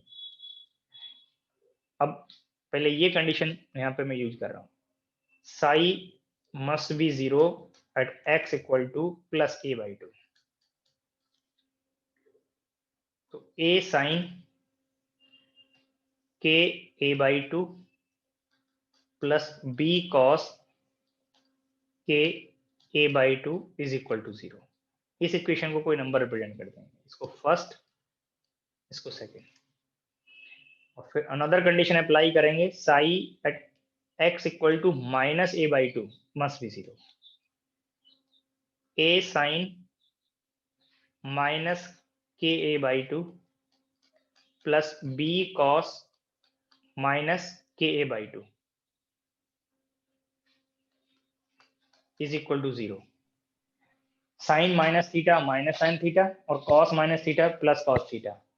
नेक्स्ट स्लाइड में ये साइन इंक्लूड करेंगे, minus a sine k a/2 plus b cos k a/2 is equal to 0। Suppose ये इक्वेशन नंबर 3 है। अब आपके पास इक्वेशंस बाउंड्री कंडीशन अप्लाई करके इक्वेशन नंबर 2 और इक्वेशन नंबर 3 आपको फाइंड हो गया। ना तो सेपरेटली 2 से ना सेपरेटली 3 से आपको कोई आइडिया नहीं मिल रहा कि a 0 होगा या b 0 होगा। जैसे आपको अनसिमेट्रिक केस में श्योरली कंफर्म हो गया था कि कॉस का जो कोफिशिएंट है वो 0 होना चाहिए, बट यहाँ पे आपको कंफर्म नहीं हो रहा कि a 0 होगा या b 0 होगा, और कब a 0 होगा कब b 0 होगा, ऐसे सेपरेटली बाउंड्री कंडीशन अप्लाई करके। बट अगर आप बोथ इक्वेशंस को एक बार ऐड कर दें, इक्वेशन 2 और इक्वेशन 3 को आप ऐड कर दें,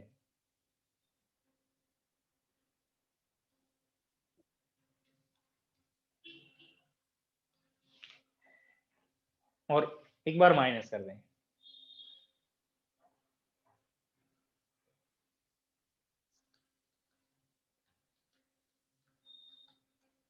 कोई भी पार्ट आप पहले ऐड कर लीजिए या डिफरेंस कर लीजिए। जैसे ही आप यहाँ पे सेकंड और थर्ड को डिफरेंस करते हैं, सेकंड से थर्ड को डिफरेंस करेंगे, तो डिफरेंस करने से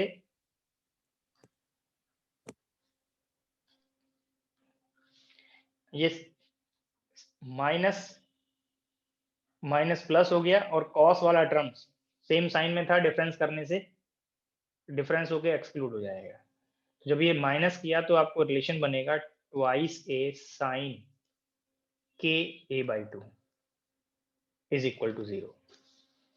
और जब ऐसा आपने ऐड किया तो साइन वाले टर्म्स अपोजिट साइन में हैं, वो ऐड होके कैंसिल आउट हो गए, और यहाँ पे रिजल्ट बनेगा 2b cos k a/2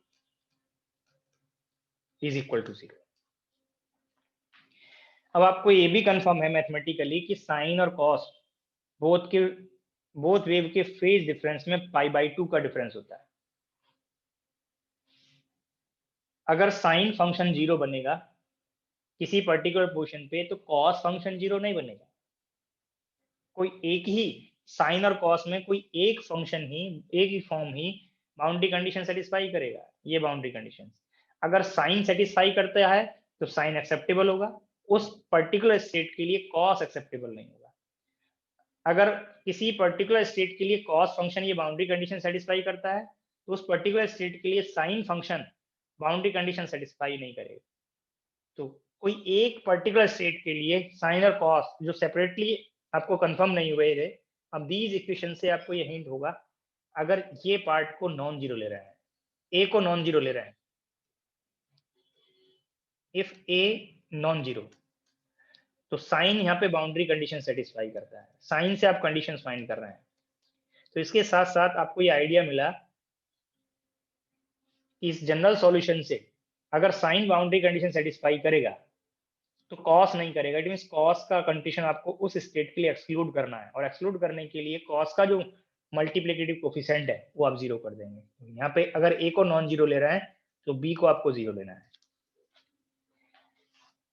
B zero हुआ, ए नॉन जीरो है, तो श्योरली साइन के ए बाई टू जीरो बनेगा। और जैसे ही आपने ये जीरो किया, साइन,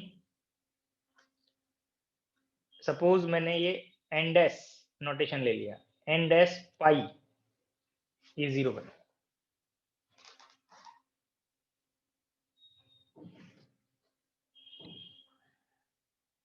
अब यहाँ पे सिमिलर अप्रोच, अगर बी को आप नॉन जीरो ले रहे हैं तो ये कंडीशन कॉस कंडीशन सेटिस्फाई करेगा, तो सेम टाइम पे आपको ए जीरो लेना पड़ेगा, क्योंकि दैट टाइम पे साइन बाउंड्री कंडीशन सेटिस्फाई नहीं करेगा। दैट पर्टिकुलर स्टेट के लिए साइन बाउंड्री कंडीशन सेटिस्फाई नहीं करेगा। तो कॉस के ए बाई टू, कॉस कब जीरो होगा? Odd multiple of pi by two पे। सपोज इसको मैंने एम नोट कर लिया, और यहाँ पे आपको कंफर्म है कि एम वैल्यू 1, 3, 5 यूज करना है, और यहाँ पे एन डैश वैल्यू जीरो भी हो सकता था, बट जीरो को आप एक्सक्लूड करेंगे, और रीजन आपको पहले हिंट किया था, 1, 2, 3, 4 अप टू इनफाइनाइट। तो यहाँ से आपको के कंफर्म हुआ twice n dash pi by a. But जैसे ही एन डैश को आप 1, 2, 3, 4 ले रहे हैं तो ट्वाइस एन डैश आपको कंफर्म हो गया। इसको मैंने एम डैश ले लिया, suppose m dash pi by a, where m dash is defined as twice n dash, और ये वैल्यूज बन गई 2, 4, 6 अप टू इनफाइनाइट। जब एन, ये जो यहाँ पे पाई बाई ए का मल्टीप्लिकेटिव फैक्टर है, अगर ये इवन होगा तब साइन कंडीशन सेटिस्फाई करेगा, और जब ऑड होगा पाई बाई ए का मल्टीपल फैक्टर, यहाँ से आप चेक कर सकते हैं कि ये 2 एडजस्ट हो गया, एम पाई बाई ए, और एम वैल्यूज जब पाई बाई ए का मल्टीपल फैक्टर ऑड होगा तब कॉस बाउंड्री कंडीशन सेटिस्फाई करेगा। तो यहाँ से आपको बोथ इक्वेशंस, बाउंड्री कंडीशन से जो इक्वेशन मिला उनको ऐड करके और डिफरेंस करके रिजल्ट आपको कंफर्म हो गया। यहाँ पे अभी मैंने आपको हिंट किया कि एन डैश वैल्यू जीरो हो सकता था, बट जैसे ही एन डैश को जीरो लेंगे साई ऑल पोजीशन के लिए जीरो बन जाएगा, जो अलाउड नहीं है, जो पहले ही आपको हिंट किया है। तो जो रिपीटेड स्टेप्स हैं उनको बार बार नोट करने की जरूरत नहीं है, एक हिंट करते ही आपको सभी को कंफर्म हो जाना चाहिए। तो जीरो अलाउड नहीं है इस फॉर्म के लिए, 1 से लेके इन्फिनिटी तक विद डिफरेंस ऑफ यूनिटी अभी भी अलाउड है, बट जैसे ही आप अल्टरनेट एन को चेंज करेंगे, आप यहाँ पे कभी साइन मिलेगा कभी कॉस मिलेगा, दीज टू टर्म को जनरलाइज कर सकते हैं। ये पार्ट को सेम नोटेशन में जनरलाइज करेंगे, इस के को आप नोट कर सकते हैं जैसे आपने पार्टिंग बॉक्स फर्स्ट केस पढ़ा था antisymmetric, n pi by a note कर सकते हैं। अब n की वैल्यू कंबाइंड करेंगे तो 1, 2, 3, 4, यहाँ से चेक करिए, ये 1 फिर 2 फिर 3, 4, और n की पाई बाई ए का multiple factor all values include कर रहा है। बट जैसे ही n आप चेंज करेंगे, ये साइन का जो वेव फंक्शन का फॉर्म है वो चेंज हो जाएगा, b cos n pi x by a और a sin n pi x by a, these form separately मिलेंगे और 0 बनेगा। अगर n को आप 1, 3, 5 ऑड ले रहे हैं, n को आप इवन ले रहे हैं तो साइन बनेगा, ऑड ले रहे हैं तो कॉस बनेगा। बट ये पॉइंट तब है जब आप x value -a/2 to +a/2 ले रहे हैं, और यहाँ पे अब कंफर्म हो गया कि कंटिन्यूटी कंडीशन फुलफिल होगा तो इक्वलिटी भी इंक्लूड कर सकते हैं, अदरवाइज 0 बनेगा। तो कैसे आपको यहाँ पे अल्टरनेट कॉस और साइन बनेंगे, उसके लिए आपको ये पॉइंट्स सजेस्ट किए हैं।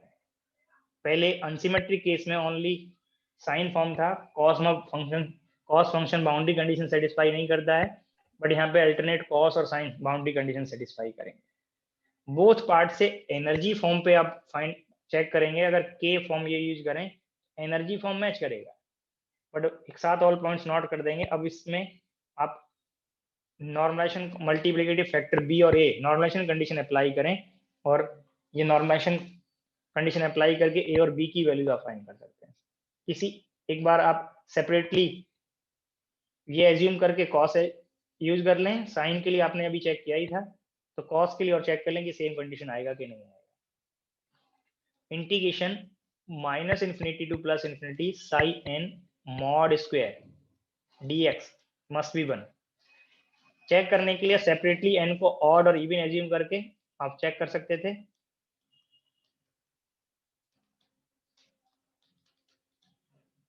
और ऑड के लिए यहाँ पे कॉस फॉर्म है,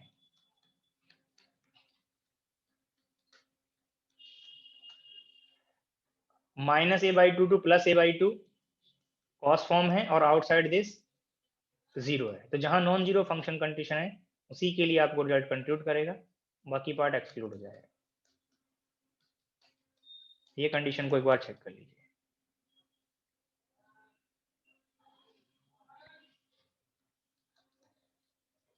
इवन और ऑड वैल्यू ऑफ n के लिए सेपरेटली नॉर्मलाइजेशन कंडीशन आप अप्लाई करेंगे और कोफिशिएंट्स को आप चेक कर सकते हैं।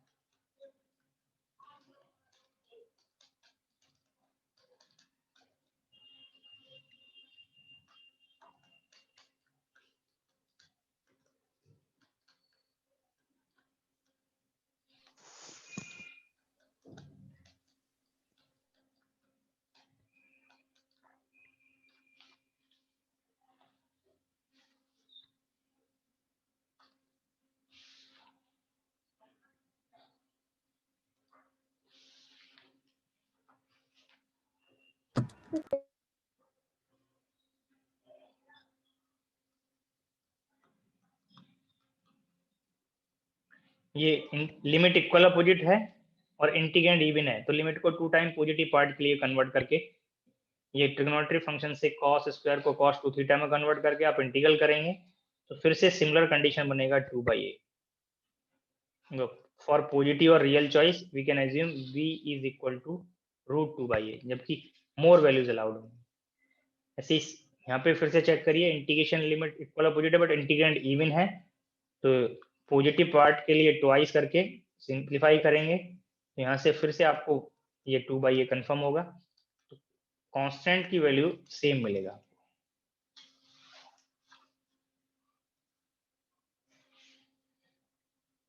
तो नॉर्मलाइज्ड एनर्जी आइगन फंक्शन और सॉल्यूशन ऑफ श्रोडिंगर इक्वेशन आपको कंफर्म हो गया। n की किसी पर्टिकुलर वैल्यू के लिए जब क्वेश्चन में मेंशन किया होगा, अब दैट पार्ट नॉर्मलाइज फॉर्म में करेक्टली यूज करेंगे। कब आपको कॉस लेना है, कब साइन लेना है, वो n की वैल्यू पे डिपेंड करेगा। अगर आप ग्राउंड स्टेट को रेफरेंस लें, n की मिनिमम वैल्यू 1 है और 1 को रेफरेंस लें तो 1 ऑड में जाएगा, और ऑड होगा तो आपको कॉस फॉर्म बनेगा, फिर अल्टरनेट साइन और कॉस फॉर्म आप इंक्लूड कर सकते हैं। अगर n ऑड ले रहे हैं तो कॉस फॉर्म, n को इवन ले रहे हैं तो sine form. Inside the potential well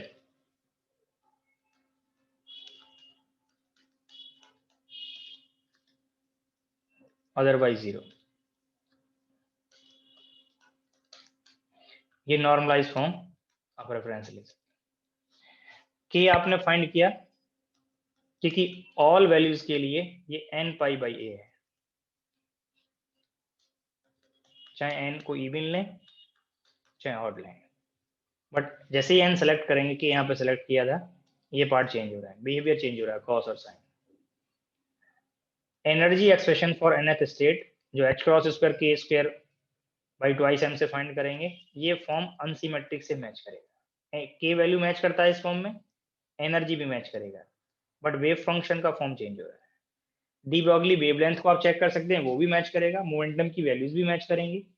only wave function boundary change होने से वेव फंक्शन में मॉडिफिकेशन हुआ है, बाकी पार्ट सेम है। चाहे फिर से एनर्जी लेवल स्पेसिंग चेक करें, वेव फंक्शन के प्लॉट्स, प्रोबेबिलिटी डेंसिटी के प्लॉट्स, वो सब पार्ट आप चेक कर सकते हैं। नंबर ऑफ नोड्स, जो भी आपको अनसिमेट्रिक केस में मैंने डिस्कस किया है, वो सारे पार्ट आप यहाँ पे फिर से कंपेयर कर लें कि क्या पार्ट में चेंज है, क्या पार्ट सेम है। एक पार्ट और यहाँ पे चेक करें, पेरिटी ऑपरेटर में एक कंसेप्ट डिस्कस किया था, अगर पोटेंशियल सिमेट्रिक है, यहाँ पे पोटेंशियल सिमेट्रिक है, स्टेटमेंट में वर्ड नोट कराया है और ये कंडीशन फुलफिल होता है, तो आप चेक कर लीजिए एन की किसी पर्टिकुलर वैल्यू के लिए आप श्योरली बता सकते हैं कि वेव फंक्शन की क्या पेरिटी है। अगर एन ऑड है देन साई एन एक्स को माइनस एक्स किया तो वेव फंक्शन में साइन अनचेंज है और वेव फंक्शन की पेरिटी श्योरली इवन बनी for a particular value of n. अगर एन इवन है तो एक्स को माइनस एक्स किया तो माइनस साइन चेंज हो रहा है, आप चेक करके देख सकते हैं। तो यहाँ पे ये ऑड पेरिटी का कंसेप्ट है।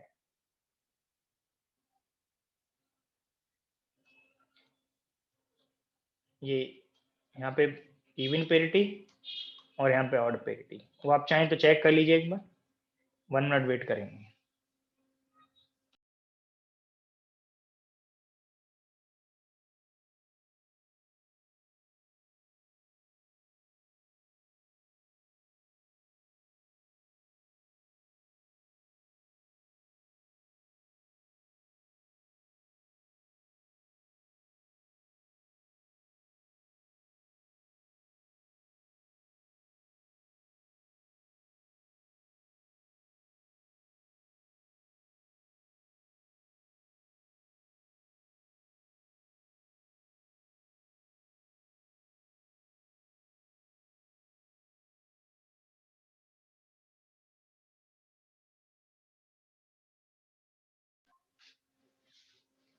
ये पेरिटी कंसीडरेशन सभी को क्लियर हो गया? Yes sir. बट अनसिमेट्रिक के लिए ये कंडीशन फुलफिल नहीं था और ये पेरिटी भी वहां पे कंफर्म नहीं थी। पेरिटी ऑपरेटर में पॉइंट आपको डिस्कस किया कि अगर पोटेंशियल सिमेट्रिक है तो एनर्जी आइगन फंक्शन जो साइन नोटेशन है, ये एनर्जी आइगन फंक्शन के लिए है। एनर्जी आइगन फंक्शन की डेफिनेट पेरिटी होगी, आप श्योरली बता सकते हैं कि एन की किसी पर्टिकुलर वैल्यू के लिए वेव फंक्शन इवन है या ऑड है।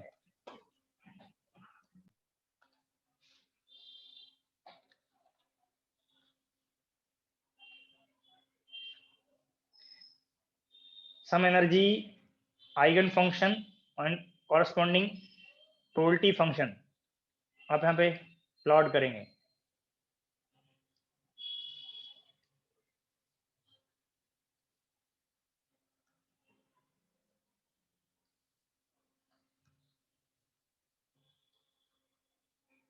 आपको फंक्शन फॉर्म कंफर्म है, उनको यूज करिए।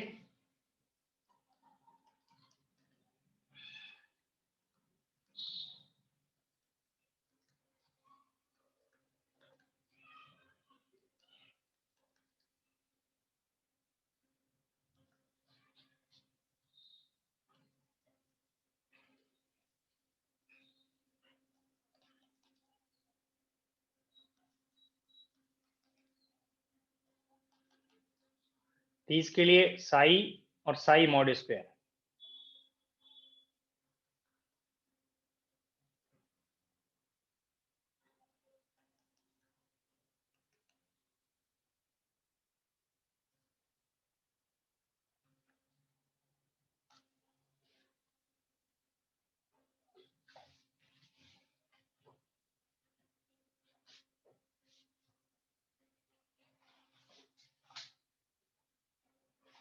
पहले आप फंक्शन से आप ये प्लॉट कर सकते हैं, जो आपको नॉर्मलाइज फॉर्म जब n=1 के लिए प्लॉट करेंगे तो आपको n=1 के लिए कॉस डिस्कस किया है, तो ये फॉर्म बनेगा ψ1 के लिए √2/a cos πx/a।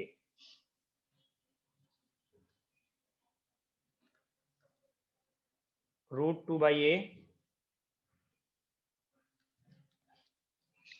cos πx/a inside the well, outside the well 0।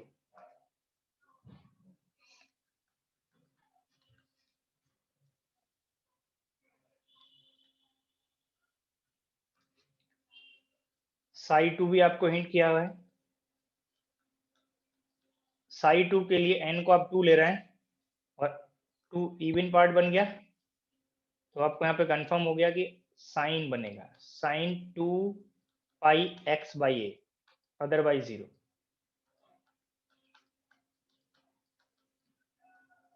ये आपको फॉर्म पहले डिस्कस किए, इनको आप यूज कर सकते हैं प्लॉट करने के लिए।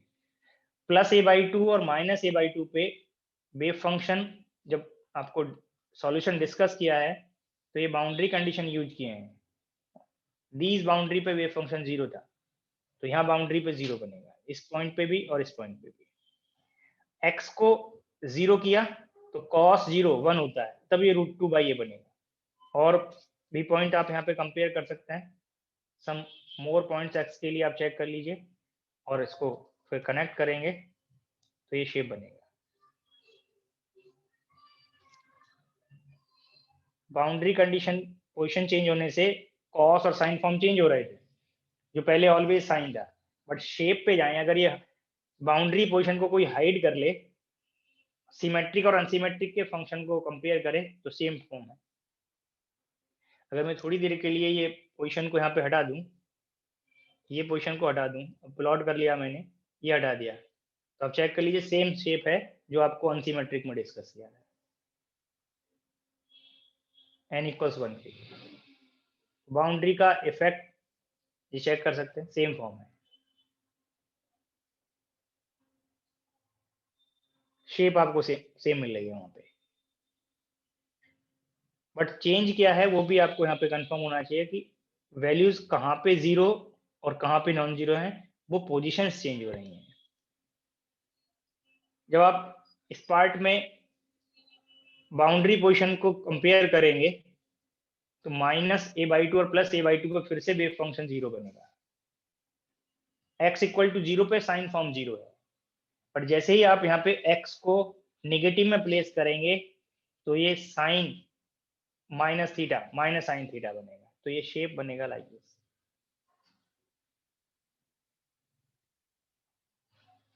तो जो वहां पे आप n की इवन वैल्यू के लिए प्लॉट किए हैं उनको माइनस करके आप प्लॉट कर सकते हैं, बाकी n की ऑड वैल्यू के लिए जो कॉस बिहेवियर यहाँ पे है वो अनचेंज रहेंगे, और जो साइन वाले पार्ट हैं वो माइनस से मॉडिफाई हो जाएंगे। प्रोबेबिलिटी कर्व सेम रहेंगे बोथ पार्ट के लिए। अगर ये प्रोबेबिलिटी कर्व पे जाएं तो x=0 पे फिर से मैक्सिमा बनेगा n=1 के लिए, और n=2 के लिए 0 पे 0, और इसके मिडिल में प्रोबेबिलिटी मैक्सिमम बनेगा।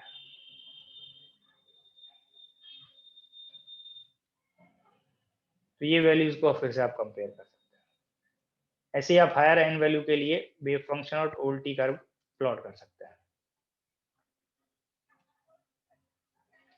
तो प्रोबेबिलिटी कर्व मैच करते हैं एग्जैक्टली वेव फंक्शन में, ये कभी से मैच करेगा, कभी माइनस से मॉडिफाई हो जाएगा। तो एक रीजन भी आपको पता होना चाहिए, बोथ पोटेंशियल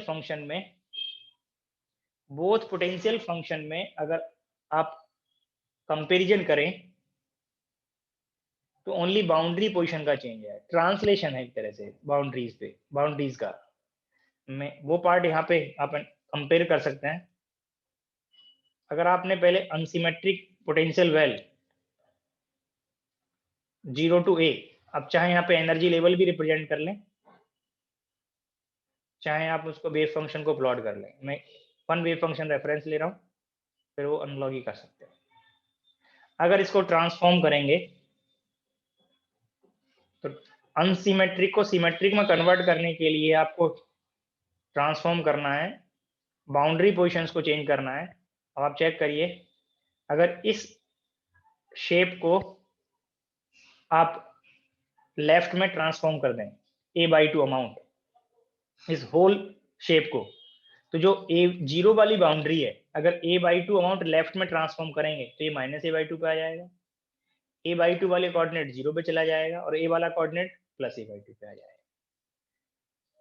बट इस शेप में जब आप ट्रांसफॉर्म करेंगे तो कोई चेंज नहीं आया, तरह से फंक्शन बिहेवियर चेंज है, बट फंक्शन n+1 के लिए इवन पेरिटी है, इसलिए वैल्यूज में भी चेंज नहीं है, पॉजिटिव वैल्यूज पॉजिटिव ही रहेगी। बट x की वैल्यू यहाँ पे प्लेस करें, ये जो फॉर्म कॉरस्पॉन्डिंग वैल्यूज को कंपेयर करिए, 0 वाली वैल्यू -a/2 पे कंपेयर करिए, a/4 वाली यहाँ पे -a/4 पे कंपेयर करिए, a/2 वैल्यू 0 पे कंपेयर करिए, 3a/4 वैल्यू +a/4 पे कंपेयर करिए, a वाली a/2 पे कंपेयर करिए, कॉरस्पॉन्डिंग वैल्यूज मैच कर जाएंगे। तो ऐसा ट्रांसलेशन करके आप, अगर ऑल रिजल्ट्स आपने अनसिमेट्रिक के लिए करेक्टली मेमोराइज किए हुए हैं, तो लाइक दिस आप सिमेट्रिक के रिजल्ट्स भी बना सकते हैं। बोथ में आप चेक कर सकते हैं कि कैसे आपको ये ट्रांसफॉर्म करना। अगर इस शेप को आप ओरिजिन को a/2 पे ले जाएं तब भी ये शेप बन जाएगा, या इस ओवरऑल शेप को लेफ्ट में a/2 अमाउंट ट्रांसफॉर्म कर दें तब भी ये शेप बन जाएगा। अभी ओरिजिन आप यहाँ पे 0 पे ले रहे थे, इस पॉइंट पे ओरिजिन था, अगर ओरिजिन को राइट में ट्रांसफॉर्म कर दें तो कोऑर्डिनेट्स को आप कंपेयर कर सकते हैं। पहले ओरिजिन यहाँ पे है, फिर आप ओरिजिन यहाँ पे आप ट्रांसफॉर्म करेंगे तो वैल्यूज आपको कॉरस्पॉन्डिंग वैल्यूज आप कंपेयर कर सकते हैं। तो चाहे जैसे आप रिजल्ट को कंपेयर कर लीजिए, बोथ पार्ट में क्या चेंजेस हैं, क्या सिमिलरिटीज हैं, वो आप कंपेयर कर सकते हैं। आपको फिर से सिमेट्रिक पोटेंशियल वेल के लिए nth स्टेट के लिए हाइजेनबर्ग अनसर्टेनिटी प्रोडक्ट कैलकुलेट करके लाना है, ΔX ΔP for nth state. Unsymmetric के लिए मैंने डिस्कस कर दिया है, सिमेट्रिक के लिए आपको ट्राई करके लेना है, क्या चेंजेस होंगे, क्या सेम रिजल्ट सेम रहेंगे, वो आपको कंपेयर हो जाएंगे। तो पहले आप ये कैलकुलेट करके लाएंगे, फिर आगे नेक्स्ट लेक्चर में डिस्कस करेंगे। उनका रीजन भी आपको पता होना चाहिए कि क्या पार्ट क्यों सेम है, वो आप मैथमेटिकल स्टेप्स फॉलो करेंगे तो फिर आप वेव फंक्शन के और प्रोबेबिलिटी डेंसिटीज के प्लॉट पे चले जाएंगे तो आपको कंपेरिजन करेक्ट हो जाएगा, वहाँ पे रीजन भी सर्च हो जाएगा। 6:30 तक लेक्चर था।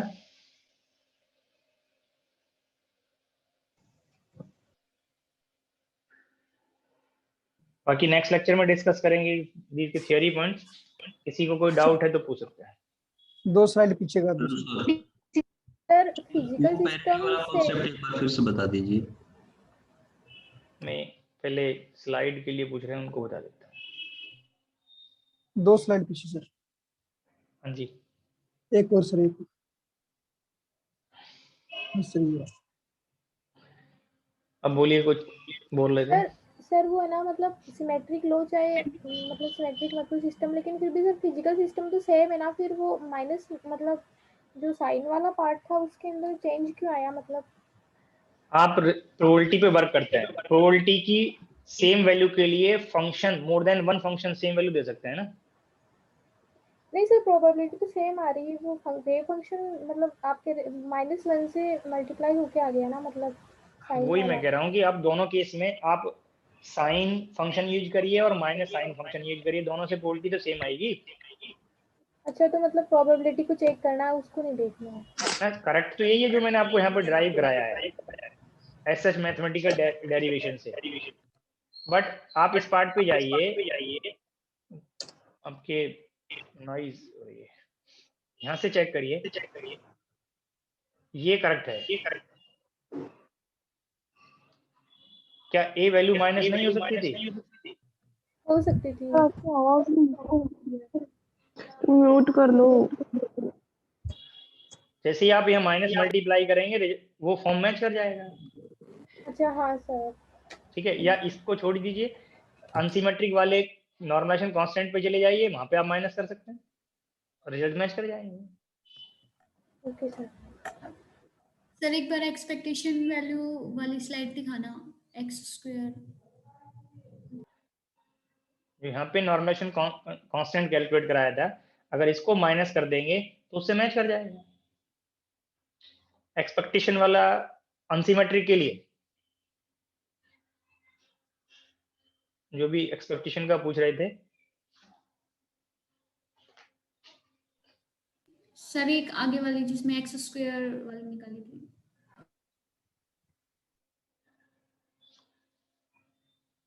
सर 23rd भी दिखा दो।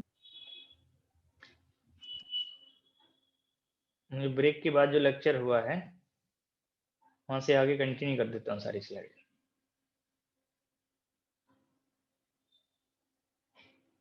सर ये एक्सक्लूडिंग और इंक्लूडिंग कैसे लिया सर, ये भी बता दीजिए। आपको नोड्स काउंट करना है, एक बार बाउंड्री पे जो नोड्स हैं वो भी काउंट कर लीजिए, एक जी बार सर। बाउंड्री को हटा के काउंट कर लीजिए। ठीक है, आप फिर इस एक्सप्रेशन में प्लेस करके काउंट कर लीजिए, मैच करते हैं कि नहीं वो आप देख लीजिए। आप भी बताइए, अदर देन बाउंड्री यहाँ पे n=1 में कितने नोड हैं? 0। यस यहाँ सर। पे रखिए, ग्राउंड स्टेट के लिए n वैल्यू 1 है, 0 आएगा डिफरेंस। जी सर। बाउंड्री नोड इंक्लूड करेंगे तो 2 नोड है, यहाँ जी पे सर। यहाँ पे n को 1 कर दीजिए, 2 आ रहा है। आ गया सर समझ में, थैंक यू सर। सर एक बार ये क्वेश्चन पूछा गया था कि ये जो इनफाइनाइट पोटेंशियल वेल है ना, उसके अंदर अगर पोटेंशियल को हाफ कर दे तो क्या होगा? मतलब सर वो तो 0 है ना, हाफ कैसे करेंगे? पोटेंशियल को हाफ कर दे तो क्या होगा? अब जरूरी नहीं कि ऑल टाइम वो 0 ही रहे, V0 पे भी वर्क करेंगे तो रिजल्ट में जो काइनेटिक एनर्जी है वो चेंज हो जाएगी, टोटल एनर्जी भी चेंज हो जाएगी, काइनेटिक एनर्जी पार्ट में भी चेंज हो जाएगा, जो भी मैं अभी हिंट करता हूँ कैसे वो चेंज होगा। पहले स्लाइड एक बार दिखाओ। Excuse me sir. हाँ, पहले जो पूछ रहे थे उनको बार एक्सप्लेन कर दूं, फिर आप पूछ लीजिएगा। Okay sir.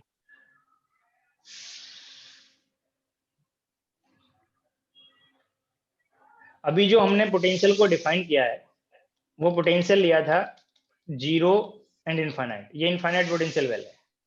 अब अगर इसी में बाउंड्री कंडीशंस चेंज रखते हुए ये वैल्यूज को चेंज कर दें तो सम टाइम ऐसा हो सकता है कि आप एग्जैक्ट सॉल्यूशन फाइंड कर लें, आगे डिफरेंट अप्रोक्सीमेशन मेथड पढ़ेंगे, उनसे भी रिजल्ट आपको कंफर्म हो जाएगा। n² π² h×² by twice m², अगर होल फ्लोर को शिफ्ट कर दे रहे हैं तो ये V0 बनेगा। तो आप चेक करिए, ये काइनेटिक एनर्जी, पहली काइनेटिक एनर्जी जो टोटल एनर्जी बन रहा था उससे मैच करता है। अब ये V0 ऐड हो गया जो 0 के लिए आप यूज कर रहे थे। अब अगर पोटेंशियल की वैल्यू इनफाइनाइट पोटेंशियल वेल के इनसाइड में हाफ करेंगे तो ये वैल्यू अगर होल फ्लोर को हाफ किया तो ये चेंज हो गया।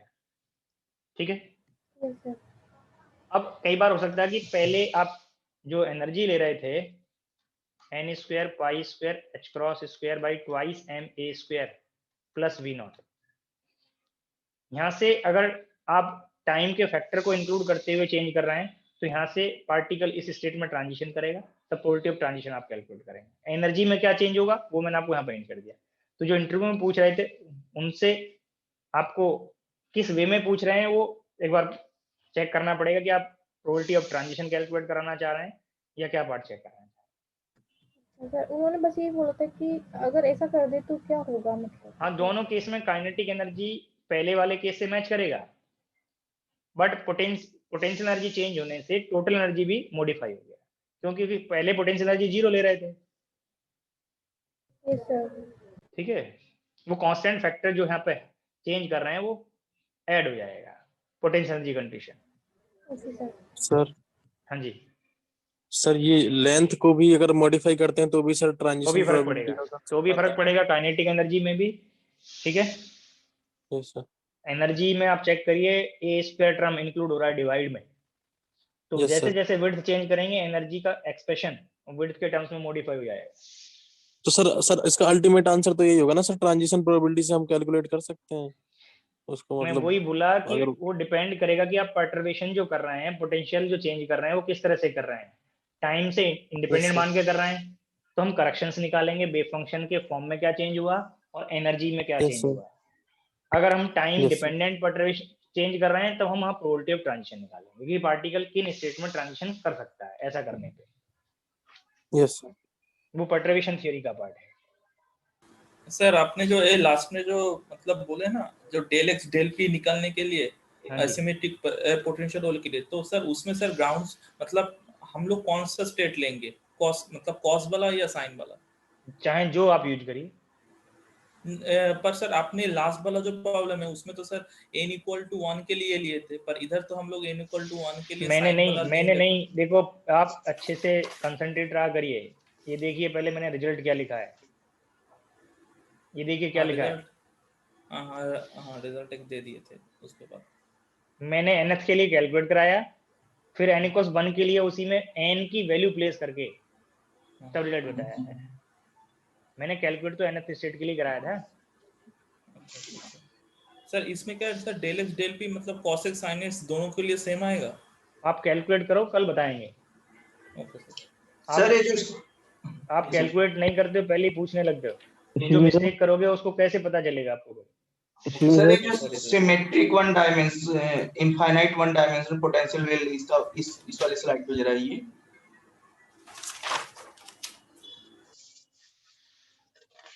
कोई और पूछ रहे थे कुछ? हाँ सर इसके नेक्स्ट स्लाइड पे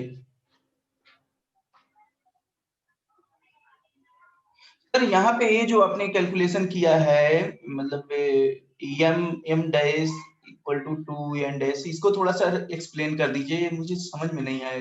भाई ये तो मैथमेटिक्स है, इसमें क्यों नहीं समझ में आया? आप बताइए। साइन का किस एंगल के लिए वैल्यू 0 होता है? हाँ तो ये मैंने यही लिखा है, यहाँ पे देखिए पाई के इंटीजर मल्टीपल में साइन वैल्यू 0 बनती है। अब यहाँ पे चेक करिए, जो फॉर्म यहाँ से k के लिए हमने जब फाइंड करेंगे, जब एंगल को राइट साइड वाले एंगल से कंपेयर करेंगे तो k की वैल्यू ये बनेगा। ठीक है सर। अब मैंने ट्वाइस n डैश को कोई अनदर नोटेशन ले लिया। Okay sir, okay thank you sir. आगे वो इसलिए लिया क्योंकि आप अनसिमेट्रिक पोटेंशियल वेल में पाई बाई ए के मल्टीपल में रिजल्ट पढ़ रहे हैं, तो यहाँ पे भी पाई बाई ए के मल्टीपल में कंपेयर करना है। हाँ जी राघव बोलिए। सर मैं पूछ रहा था सर, जैसे हमारे पास जो अनसिमेट्रिक पोटेंशियल है सर, उसका जो वेव फंक्शन है वो है √2 sin n pi x by a। हाँ जी। तो जैसे मैं उसको सर मतलब सिमेट्रिक में लेके जाना चाहता हूँ, मान लो सर लेफ्ट से सर, वो एक बार स्लाइड दिखा देते हो सर, तो अभी बैक करके सर। हाँ सर ये वाली मैं इसमें सर ऐसे कर सकता हूँ sir, √2 sin n pi by x minus a by 2। नहीं जी, new coordinate x plus a by 2 बनेगा। सर क्यों सर? हम तो मतलब जो ओरिजिनल 0 to a से -a/2 + a/2 में जाए ना सर। हाँ जी, हम 0 से जब ट्रांसफॉर्म करते हैं तो न्यू कोऑर्डिनेट क्या है, ओल्ड कोऑर्डिनेट क्या है, a/2 का तो ट्रांसफॉर्मेशन है, मगर ओल्ड और न्यू क्या है वो भी तो चेक करने पड़ेंगे।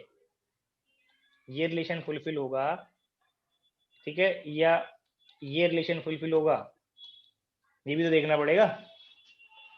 हाँ सर। सो सर जो x डैश हो जाएगा वो x - a/2 हो जाएगा ना? हाँ, ये आप सर एक जो किसको सर हाँ बोलिए सर जो पहले एक्सपेक्टेशन ऑफ p आपने जहाँ कैलकुलेट किया है उसको वाली स्लाइड जरा दिखा दीजिए। मैंने एक्सपेक्टेशन ऑफ p तो कई बार बता दिया है, कई तरह से कैलकुलेट करना बताया है। नहीं आज जो बताया आपने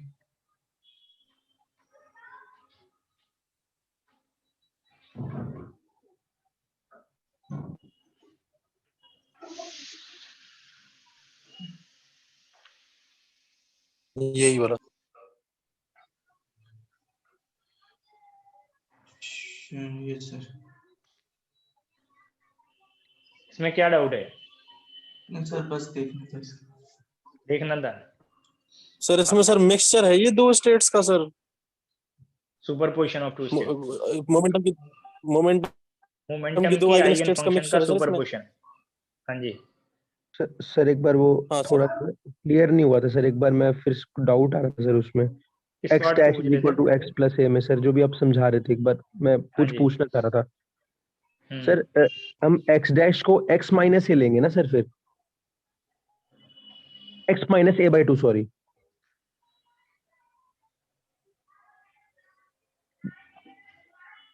देखो मैं यही बोल रहा हूँ कि प्लस ए बाई टू जाना है या माइनस ए बाई टू जाना है वो डिपेंड करेगा। देखो एक तो हम ये कह रहे हैं साई एन एक्स,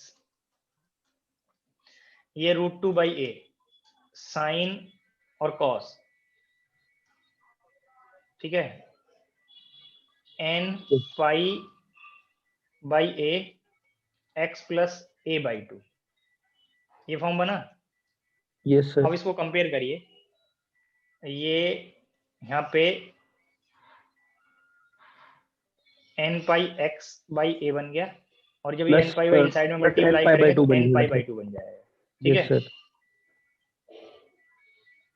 हाँ तो सर फिर इससे एक माइनस साइन बाहर आ जाएगा, अंडर रूट ये टर्म ये बना बनेगा माइनस, मतलब अगर मान लो फर्स्ट ग्राउंड स्टेट के लिए निकालूं मैं जी। तो एक माइनस टर्म बाहर आ जाएगी, तो फिर उसका कोई मतलब यूज तो होगा नहीं ना।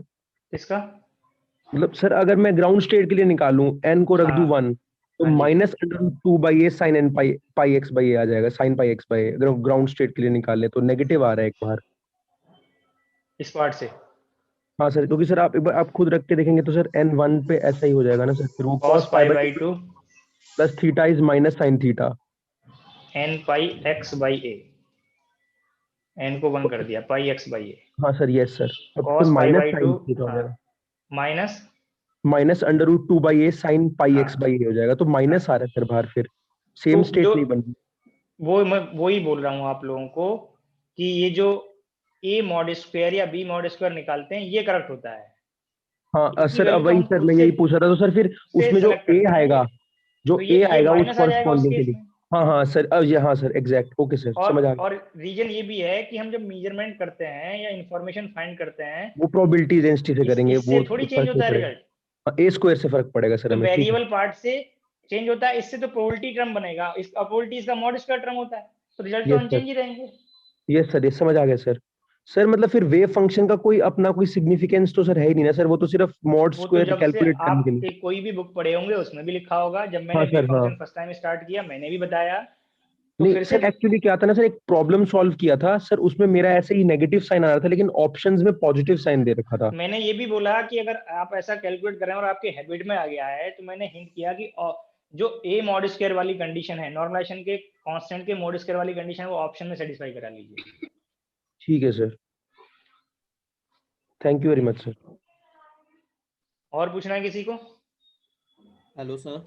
हाँ जी सर स्लाइड नंबर 15 पे जो आपने उस प्लॉट से बताया था कि लैम्डा को कैसे कंपेयर करना है, वो एक बार फिर से बताएंगे सर? हाँ जी था ना आपने सर लैम्डा को कैसे कंपेयर करना था, जो फर्स्ट के लिए 2a आ रहा था n = 1 के लिए। वो आप चेक करिए यहाँ पे, ये पार्ट, ये वेव का पोर्शन है, यहाँ तक आ यस गया, सर। ये 2 पाई तक आ गया, यस सर। 2 पाई तक आ गया। Yes sir. तो आप ये बताइए 2 पाई तक जाने के लिए आपने ये 0 to a लिया था ना? Yes sir. तो ये विड्थ लैम्डा के इक्वल है कि नहीं है? Yes sir. Yes sir. तो n = 2 के लिए लैम्डा a आया था नहीं आया था? ओके सर, आ गया समझ। अब ऐसे ही आप नेक्स्ट को आप चेक करते चले जाओ, जब आप a को अगली बार कंपेयर करोगे, अगर n की वैल्यू यहाँ तक अब 3 तक जा रहे हैं, यस सर। ठीक है, तो आप ये कंपेयर करिए, 3 लैम्डा के इक्वल a बना और लैम्डा वैल्यू कितना बना? a/3। 2a/3 आना चाहिए। यस सर, 2a/3 आएगा ना, 3a/2 हो जाएगा ना सर? हाँ 3a/2, ये पार्ट की वैल्यू नहीं, ये पार्ट पे जाइए, 0 to 3 पाई, ठीक है, तो ये हमारा a तक जा रहा है, = 3 3a/2 हो जाएगा ना, वहां तक चलने के लिए जो हम डिस्टेंस लेंगे। हाँ डिस्टेंस चेंज हो जाएगा। यस सर, अब तो आ गया सर समझ में। हाँ उसी से निकाल लेना है आपको, ठीक है। Okay sir. साइन फॉर्म को रेफरेंस लेते जाइए और ये लैम्डा को आप इंक्लूड करते चले जाइए। Okay sir. सर ये जो आपने डिफरेंशियल इक्वेशन सॉल्व करके जो वेव फंक्शन आया था इसमें सिमेट्रिक वाले केस में, डिफरेंशियल, हाँ डिफरेंशियल करके, डिफरेंस करके, ये डिफरेंशियल इक्वेशन को सॉल्व करके, हाँ जी बताइए। सर ये पहले आपने की वैल्यू फर्स्ट कैसे ऐसी क्यों लिख दी, मतलब ये की स्क्वायर के लिए? Yes sir. ये जब आप श्रोडिंगर इक्वेशन नोट करते हैं उसी से कंफर्म हो जाता है कि तो किस फॉर्म में बनना है और पॉजिटिव बनना है। यस सर, वो तो समझ आ गया। फिर एकदम से ये फिर ये ओके पार्ट सर, आ से, गया, समझ आ गया। इस पार्ट से नहीं मैं सर कहीं और ही कंफ्यूज था, वो हो गया कि देख के हो गया।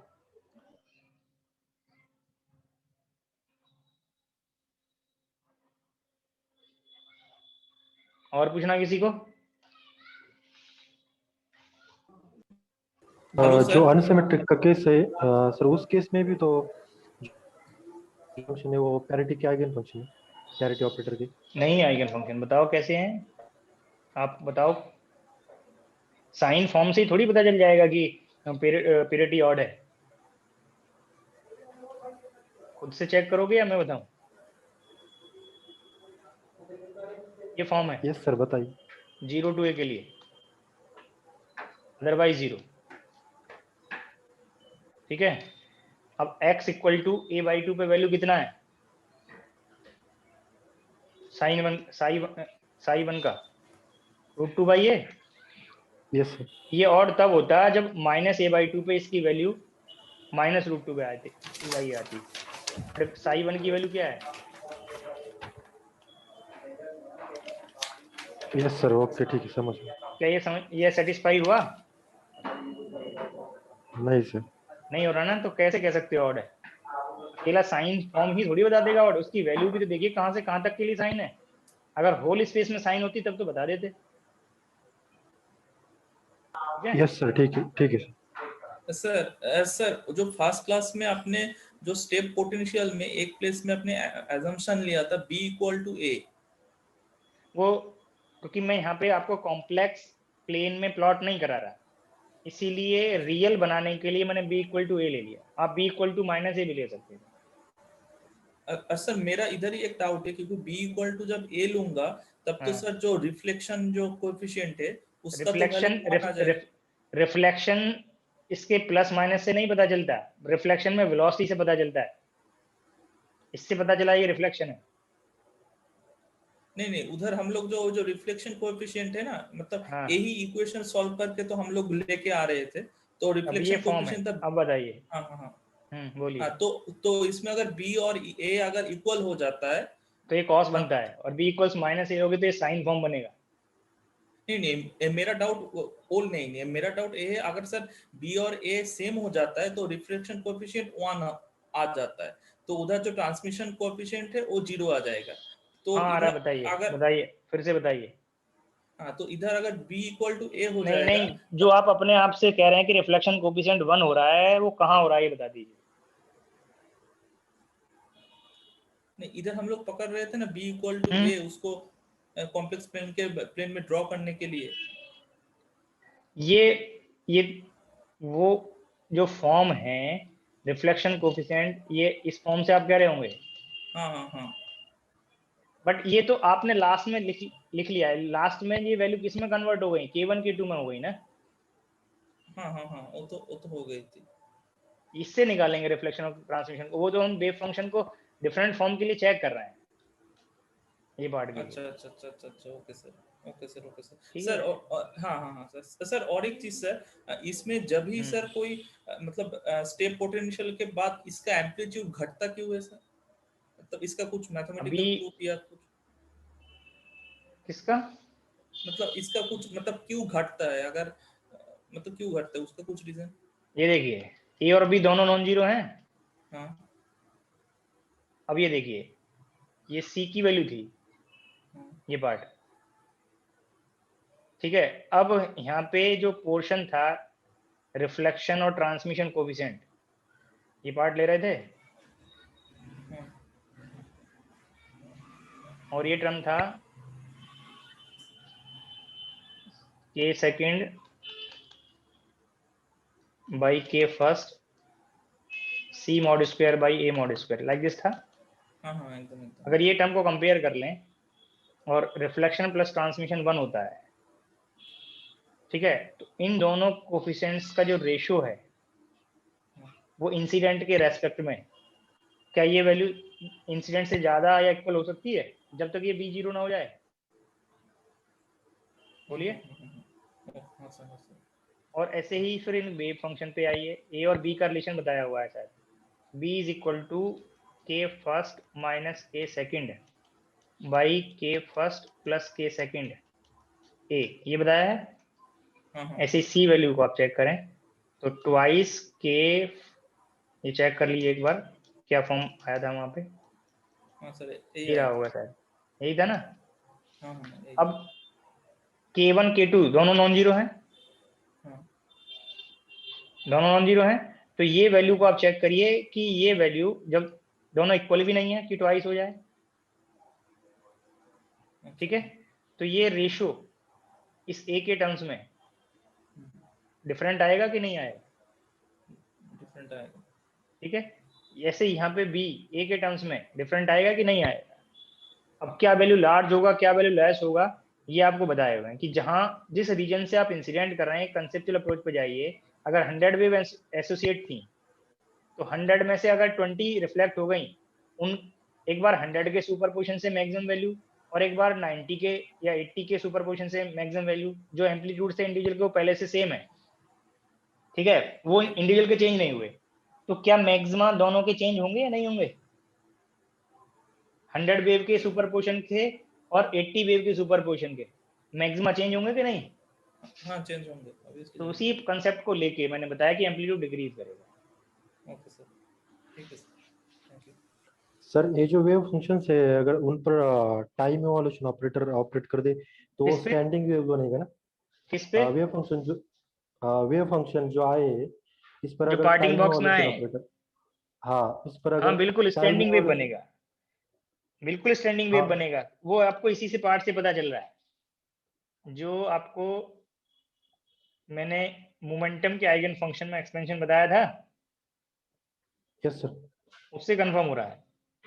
यहाँ पे आप चेक कर लीजिए, यहाँ पे टाइम बिहेवियर मल्टीप्लाई करेंगे तो यहाँ पोजीशन फर्स्ट टर्म में पोजीशन और टाइम अपोजिट साइन में आएंगे, इसका वेलोसिटी प्लस, और यहाँ पे सेम साइन में आएंगे, इसका वेलोसिटी माइनस, और इक्वल और अपोजिट वेलोसिटी से super two plane wave propagate करेंगी तो उससे स्टैंडिंग वेव बनता है। क्लियर हुआ? Yes sir.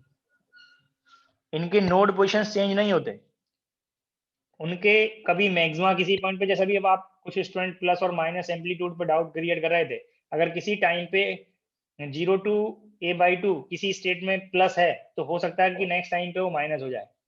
बाकी पोलरिटी सेम होंगी, नोड पोजीशन सेम होंगी, इसलिए स्टैंडिंग वेव बोलते हैं। यस सर, ठीक सर। इसका टाइम पीरियड भी निकाला जा सकता है ना इससे? टाइम पीरियड किसका? एक ये स्टेट का या सुपरपोजिशन का? एक स्टेट का सर, मतलब बिल्कुल टाइम निकाल के साथ सकते हैं वो स्टेट का। हाँ दोनों जिस टाइम का एवोल्यूशन करिए और उसके बाद एक स्टेट इनिशियल स्टेट से मैच करा दीजिए। Okay sir, okay sir. हाँ जी सर, एक बार लास्ट वाली स्लाइड में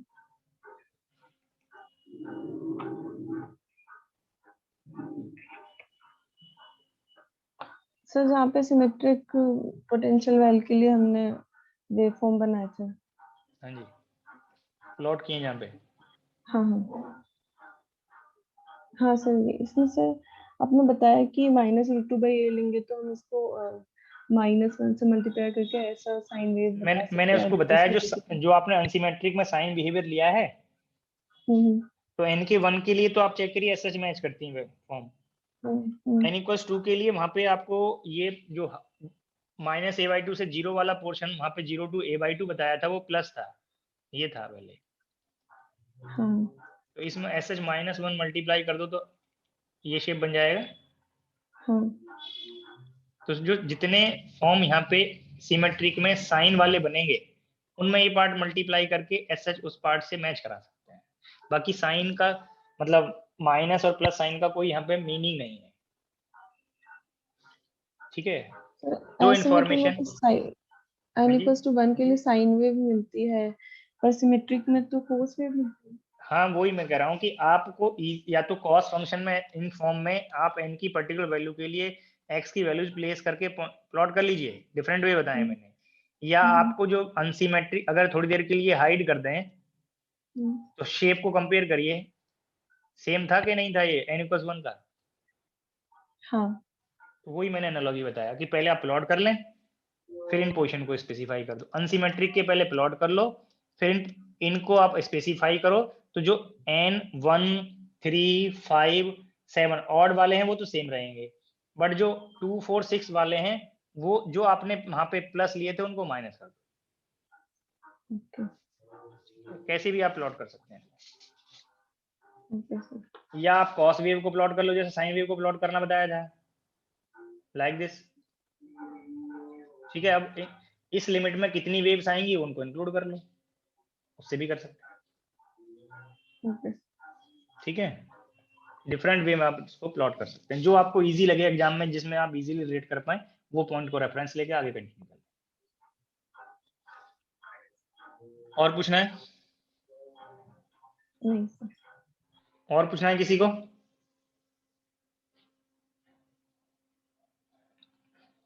मैं एग्जिट करता हूँ।